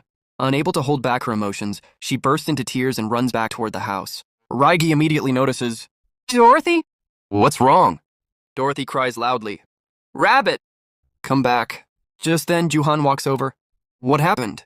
Dorothy wipes her eyes. The rabbits, they're gone! Yuhan looks toward the empty enclosure. The rabbit? Is that why you're crying? Before he can say anything else, he notices something unexpected. Riggy is crying too. Yuhan looks at her in confusion. Wait, Lizzie, why are you crying too? Riggy wipes away her tears. The rabbit is gone. Yuhan cannot help looking from one of them to the other. Both of them are crying over the missing rabbit. For a brief moment, he doesn't know what to say. Then a small laugh escapes him. Dorothy immediately pouts. I hate you, Dad.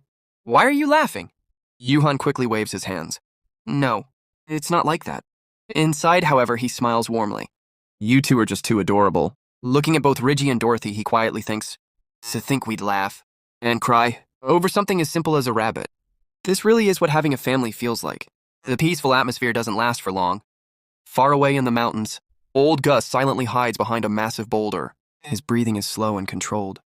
Carefully, he peeks around the rock. Not far away, several goblins are moving through the forest. His sharp eyes continue scanning the area until they finally stop. In front of him lies a hidden settlement.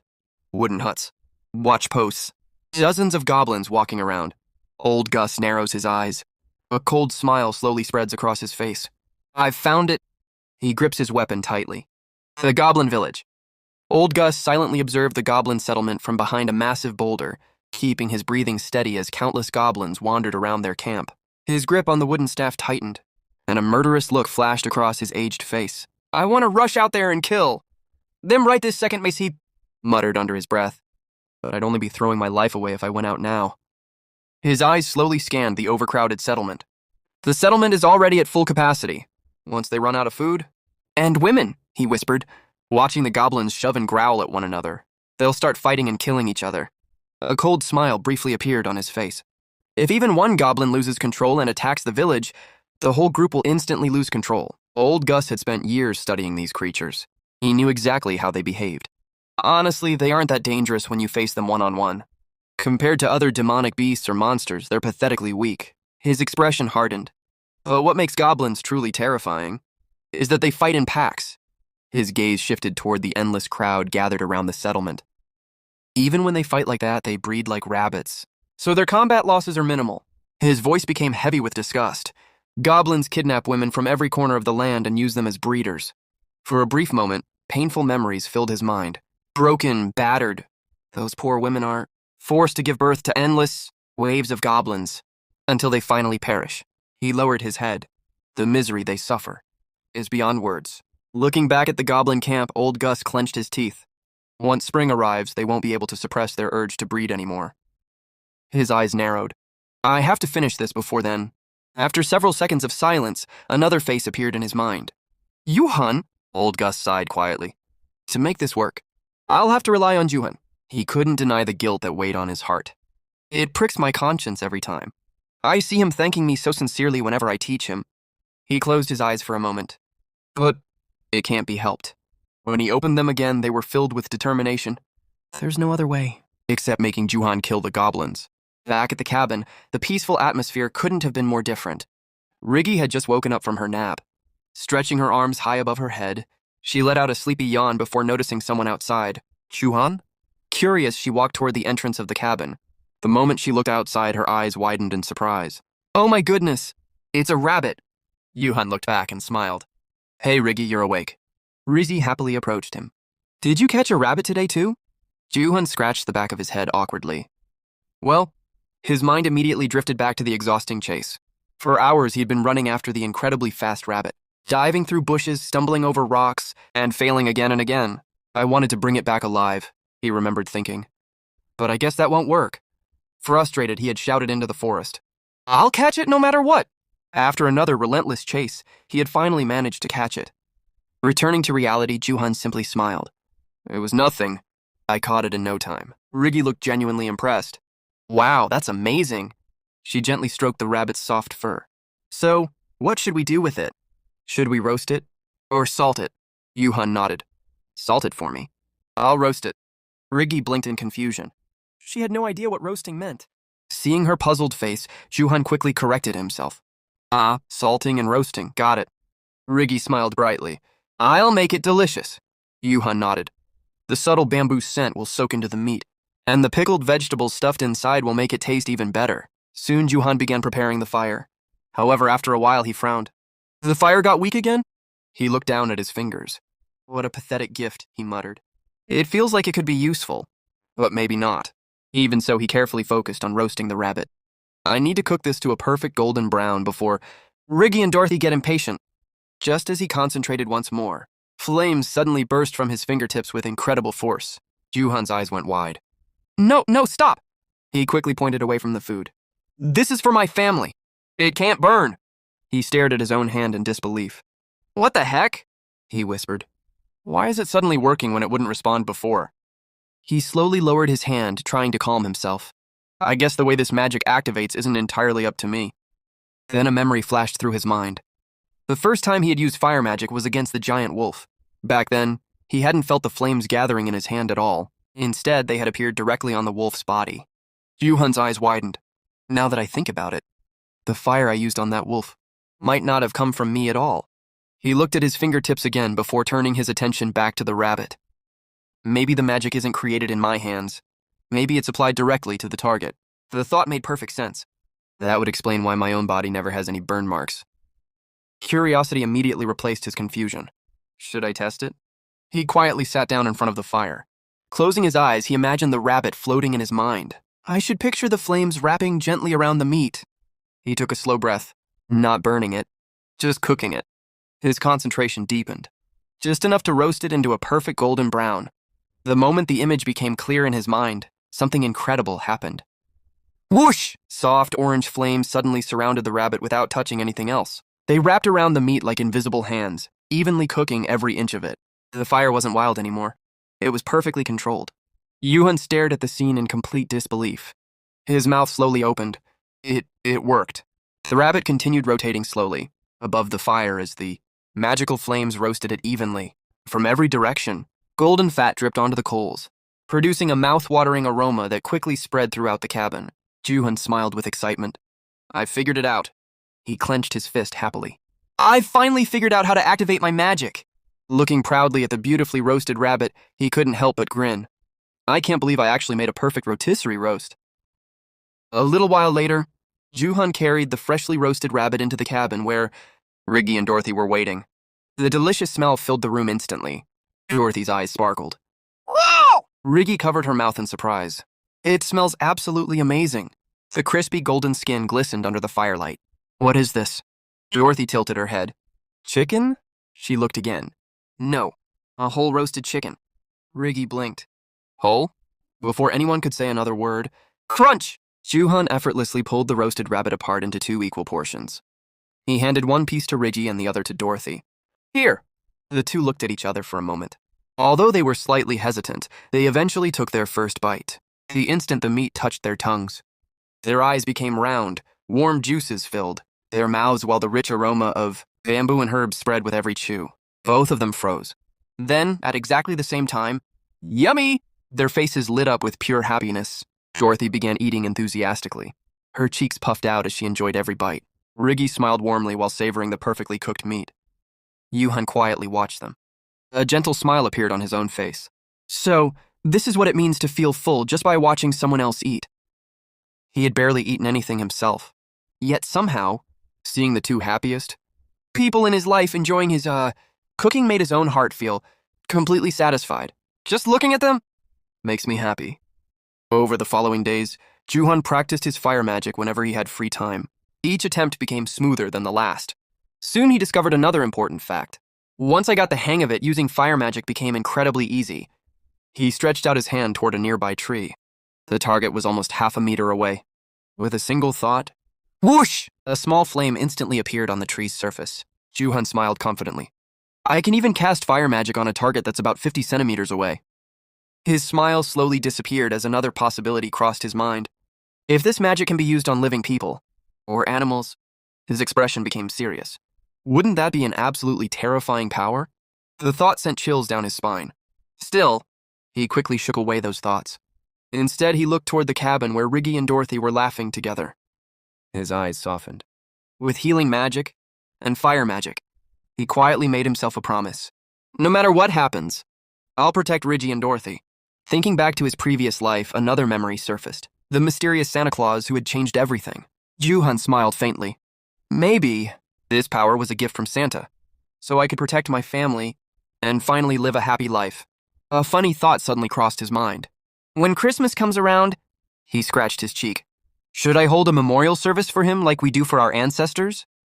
He couldn't help laughing at himself. Just then, Dad! Dorothy's cheerful voice echoed from inside the cabin. The rabbit woke up. Juhan blinked. What? He quickly walked inside. The rabbit he had captured earlier was hopping around the room while Dorothy proudly held it in her arms. She smiled brightly. Mr. Bunny, I'll give you a tour of our house. Without waiting for an answer, she began showing the rabbit around. This is the kitchen. It's where we make food. It's a very important place. The rabbit simply twitched its nose. Dorothy nodded seriously. Now, Mr. Bunny, this is a wall. Juhan couldn't help smiling. Dorothy continued her grand tour with complete sincerity. Finally, she walked over to Riggy. Holding the rabbit close to Riggy's face, she proudly announced, Mr. Bunny, I'll introduce you to someone very important. She smiled brightly. This is my mom. You must never forget her. Riggy's face immediately turned bright red with embarrassment. At that moment, Juhan stepped inside. Dorothy quickly turned toward him. Dad! The rabbit is my junior disciple. Juhan blinked twice. Junior disciple? What do you mean? Riggy simply stood there, completely speechless, her cheeks burning crimson. Juhan slowly looked from Dorothy thus to Riggy. Then a shocking thought suddenly entered his mind. Don't tell me. He carefully walked toward Riggy before slowly kneeling in front of her. His eyes trembled with nervous excitement. Inside your small, fragile body, he swallowed hard. There's a baby? With trembling hands, Juhan slowly reached toward Riggy's stomach, his heart pounding louder with every passing second. Juhan looked at Riggy with a puzzled expression. Riggy noticed his reaction and quickly shook her head. No, that's not it. It's not a baby. It's just a word. Yuhan blinked in confusion before letting out a quiet sigh. Well, I guess it's still a little too early for that. A faint smile appeared on his face.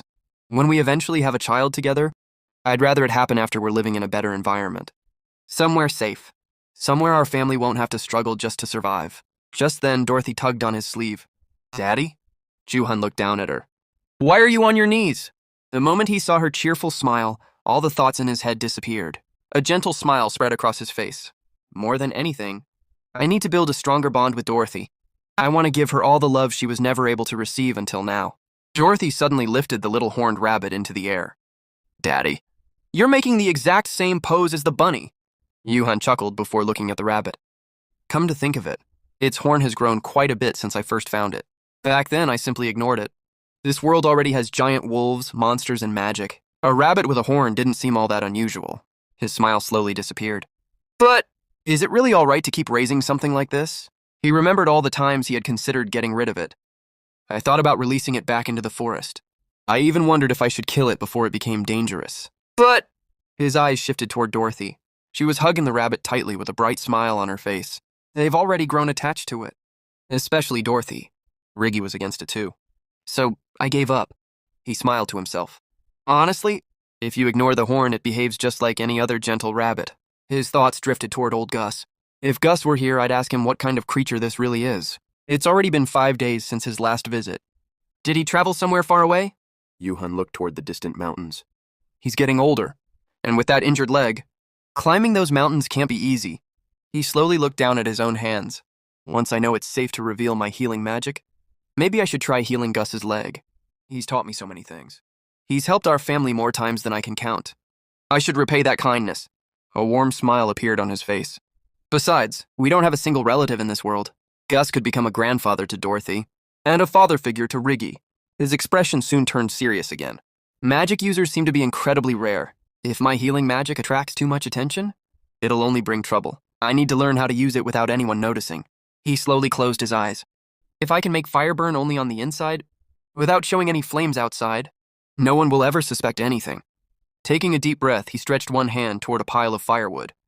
First, picture the inside of your body glowing like molten lava. He concentrated with everything he had. Several long seconds passed. Finally, he opened his eyes. Did it work? Nothing happened. The firewood remained exactly the same. Juhan frowned. Maybe my firepower wasn't strong enough. Or maybe I imagined the magic the wrong way. Looking at his hand, he sighed. I guess I'm still not there yet. Just as he was about to give up, a crackling sound echoed through the yard. His eyes widened. The firewood suddenly burst into flames from the inside. What? Without wasting a second, Juhan grabbed a nearby bucket filled with water and threw it over the burning wood. Steam rose into the air as the fire disappeared. For a few seconds, he simply stared at the soaked logs. Then excitement spread across his face. I didn't fail. The flames were burning from the inside. I actually did it. I can't believe I pulled it off perfectly. Before he could celebrate any longer, a familiar voice interrupted him. Daddy. Yuhan turned around. Dorothy came running toward him with a huge smile. Daddy. It's time to eat. Riggy says we're having rabbit meat today. She happily jumped toward him. Yuhan quickly caught her before she could fall. You shouldn't jump that high. It's dangerous. Dorothy simply giggled. But Daddy, the food's getting cold. Yuhan smiled and carried her toward the house. However, as they started walking away, something unusual caught his attention. He slowly looked toward the mountains. Large flocks of birds were circling high in the sky. His expression changed. That's strange. I don't think I've ever seen birds flying like that since coming to this world. Before he could think any further, Dorothy tugged on his sleeve again. Daddy, the meat's going to get cold. Please hurry. Juhan gave the distant mountains one last glance before nodding. All right, let's eat first. Just as they reached the house, a familiar voice called out from outside. Hey, Juhan. Come outside. Juhan stopped. Huh? What's going on? Gus usually comes here at dawn, doesn't he? He stepped outside and found old Gus standing near the newly built fence. Gus looked around before asking, You're building a fence? Juhan nodded. Yeah. Wolves are dangerous in these mountains. After a brief pause, he added, And strangers can be dangerous too. Then he looked at Gus curiously. What brings you here at this hour? Gus answered without hesitation. I'm going to teach you how to make a bow. Juhan looked surprised. A bow? You'll make a proper one later. For now, you only need to learn the frame. Juhan nodded. Okay. But before he could ask another question, Gus interrupted him. There's no time. Follow me. Immediately. Without questioning him any further, Juhan followed Gus toward his cabin. The old hunter wasted no time. As soon as they arrived, Gus picked up a thick piece of wood along with an axe. Watch carefully, he said. Placing the log on the ground, he carved a sharp wooden wedge before positioning it on top of the larger log. Instead of trying to split it with a single powerful strike, Gus slowly hammered the wedge deeper little by little. Crack! Crack! With every strike, the split became wider until the entire log finally separated into two clean pieces. Gus looked at Juhan. Don't try to split it all at once. Do it little by little. Watching the process closely, Juhan finally understood. I see. Instead of forcing the log apart with one heavy blow, you keep driving wedges into it until it naturally splits. Gus handed him another piece of wood. Now make one yourself. Juhan carefully repeated every step he had just seen. Although his movements were clumsy at first, Gus silently corrected every mistake.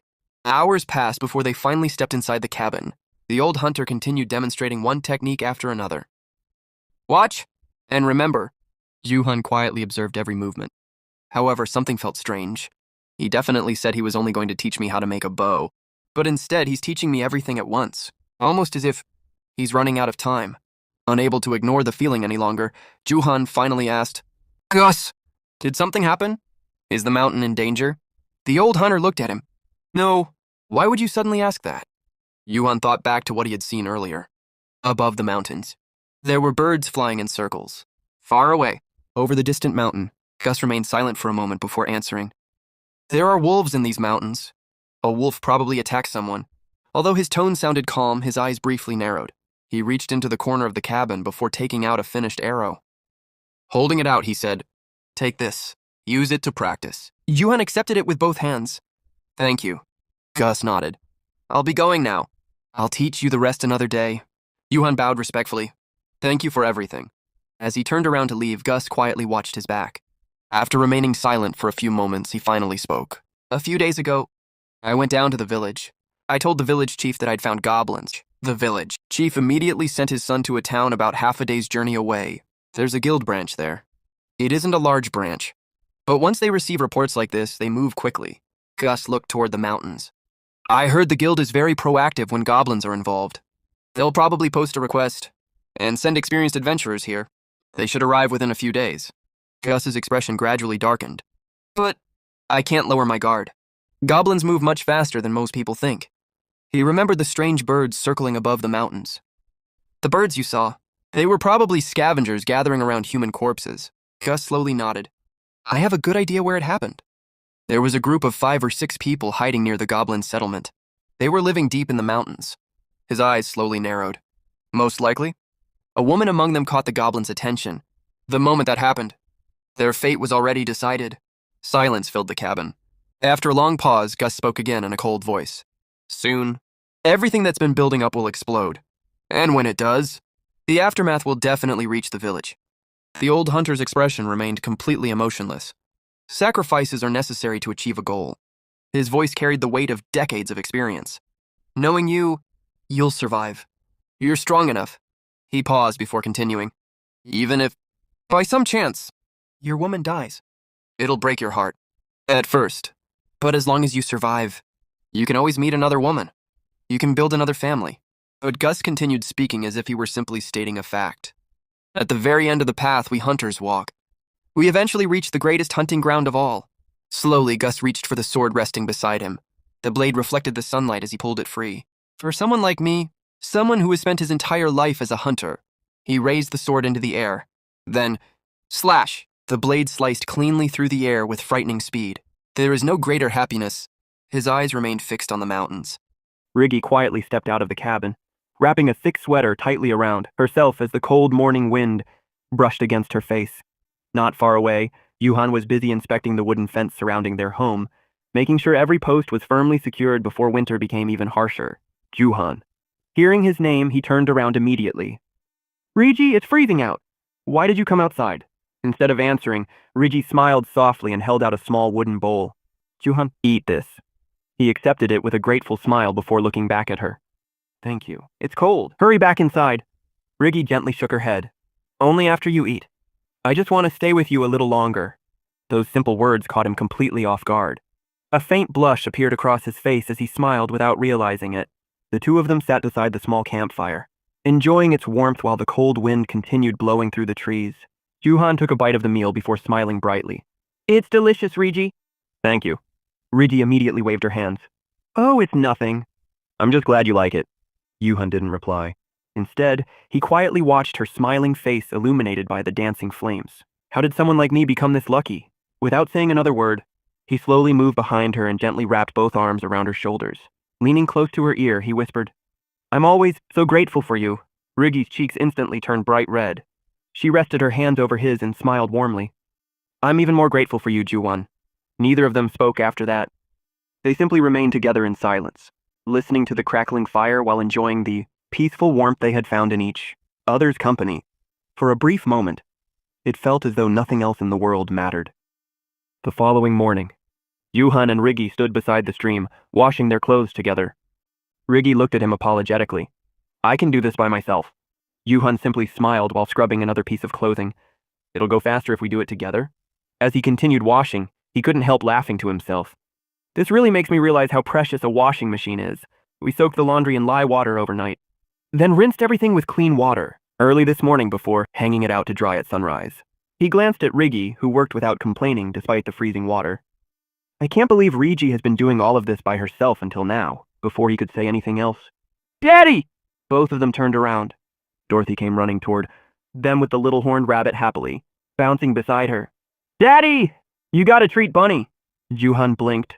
Oh, that's right. I completely forgot. As he reached toward the rabbit, something else immediately caught his attention. Huh? What's this, Dorothy? Dorothy proudly held up a tiny cloth doll. Mommy made it for me yesterday. Isn't it cute? Yuhan smiled. Yeah, it's adorable. He reached down to pet the rabbit. The instant his fingers touched its fur, a faint golden light suddenly spread across its body. Yuhan's eyes widened. Whoa, it's glowing. His gaze immediately shifted toward the rabbit's forehead. Huh? The horn vanished again. Gus never mentioned anything like this. He recalled the conversation they had, shared the previous day while practicing archery. Actually, I asked Gus about horned rabbits yesterday. I didn't catch every single detail, but according to him, horned rabbits are a type of demonic beast that lives throughout forests and open fields. He gently stroked the rabbit again while thinking. He said wild demonic beasts are incredibly dangerous, but if they're raised from a very young age, they become harmless companions. Apparently, quite a few people even keep demonic beasts as pets. His expression slowly became thoughtful. But he never said anything about their horns glowing. Are there different kinds of horned rabbits, or is this one somehow special? Looking directly into the rabbit's eyes, Juhan narrowed his own. Why are you glowing? Don't tell me you're some weird mutant. His voice became more serious. You'd better not put Rigi and Dorothy in any danger. The rabbit simply twitched its ears before letting out a strange sound. Squeak. Juhan froze. Squeak? Do rabbits even make sounds like that? Curious, he leaned even closer. Can you understand what I'm saying? The rabbit simply stared back at him without reacting. After waiting for several seconds, Juhan sighed. Seems like it really doesn't understand me. I'll ask Gus about this later. Just then, Dorothy excitedly tugged on his sleeve. Daddy! Give them names. Juhan looked confused. Names? For the bunnies? Dorothy nodded enthusiastically. Yeah. Make them pretty names? Just like mine. Juhan smiled to himself. Right. If we have a Dorothy, we can't leave these little ones without names. After thinking for a moment, he finally pointed toward the tiny rabbit. The baby bunny is Oz. Then he pointed toward Dorothy's handmade doll, and the bunny doll is Toto. Dorothy's face instantly lit up with excitement. Oz! Toto! She happily repeated their names over and over while hugging both of them tightly. Watching her laugh so innocently made Rigi's heart melt. She quietly smiled, grateful that Dorothy could finally enjoy the kind of peaceful childhood every child deserved. But while happiness filled the cabin deep inside the mountains, a heavy sense of unease had settled over the village. Groups of villagers gathered along the streets, whispering nervously as rumors spread from one house to another. Hey, did you hear the rumor? One man asked in a hushed voice. They say the goblins might swarm our village too. Is it true? Another villager nodded grimly. Why do you think the village chief's son went to the city the other day? He went to request reinforcements from the guild. A third man swallowed nervously before speaking.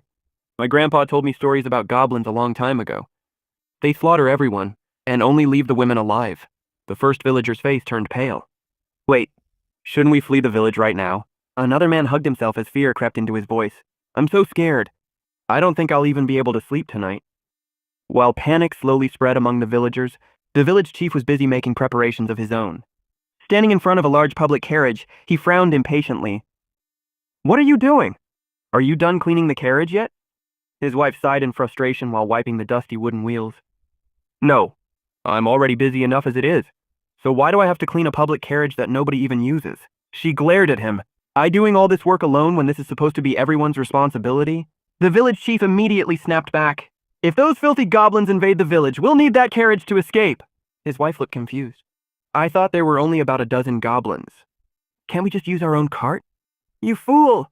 If we load our own cart with our belongings, everyone will accuse me, the village chief, of abandoning the village for myself. He lowered his voice before glancing around carefully. Just pack food into the carriage when nobody's looking. She reluctantly nodded. All right. After she walked away, the village chief clenched his fists in irritation. Seriously, why does nothing ever go according to plan? The meeting with that information broker was a complete disaster. He clicked his tongue. Every village only asks one question. How powerful is the mage? He shook his head in annoyance. Don't they understand how incredibly rare a healing mage is? His frustration only continued growing. Why can't anything ever work out the way I planned? Deep inside the mountains, hidden among thick bushes, old Gus silently watched the goblin settlement from a distance. Several goblins were violently attacking one another, swinging clubs and tearing at each other with savage growls. Gus narrowed his eyes. They're violent and crude by nature. They fight all the time. But the atmosphere is different today. His expression hardened. It looks like a mutiny has broken out. He quietly studied every movement inside the settlement. Their suppressed hunger and their lust have finally exploded. His voice grew colder. Once a mutiny begins, those bastards are cast out of the pack, and it's obvious where they'll go next. He slowly looked toward the distant village. They'll head straight for a village full of women. His jaw tightened. It's still far too early for that. If those bastards move before the adventurers arrive, my entire plan will be ruined. For a brief moment, his hand rested on a small object hidden inside his pocket. Is it finally time? Time to use that thing I've been saving for a situation like this? He hesitated. But where should I divert them? Where would be the most suitable place? At that moment, an image suddenly surfaced in his mind. A little girl. A child who rarely smiled. Dorothy. He quietly closed his eyes. Whenever strangers came, she always hid inside her house. She looked like a child who had forgotten how to smile. A trace of guilt flashed across his face before quickly disappearing. There's no point feeling guilty now. He forced himself to remain calm. Objectively speaking, she's the bloodline of an outsider. She has nothing to do with this village. Juwon's wife and his daughter were destined to become sacrifices from the very beginning. Even after saying those words, his expression remained unusually heavy. His thoughts drifted back many years. He remembered his own father speaking to him. My son, I raised you to become a hunter from far too young an age. You became flawless as a hunter, but lacking as a human. You never experienced a normal life, and because of that, you'll only grow more miserable. The old memory lingered in his heart. Then another voice answered. His own. No, father. My life is absolute perfection. I have a goal worth achieving, even if it costs me my life. If I can experience that ecstasy, that alone is true happiness. A faint smile appeared on his face. I have a disciple now, someone who will inherit all of my hunting techniques. My teachings will become a brilliant seed. And through that boy, I will create the ultimate hunter. Returning to the present, Gus slowly opened his eyes. His smile disappeared. They really are heading toward the village. Just then, a strange sound came from inside his pocket.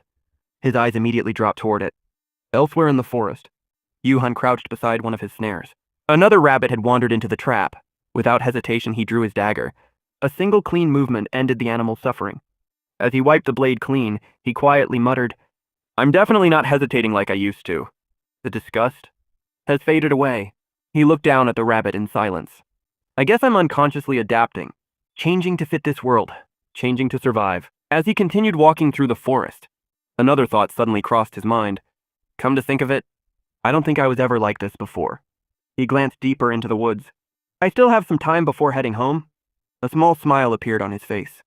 Maybe I should take a different route today.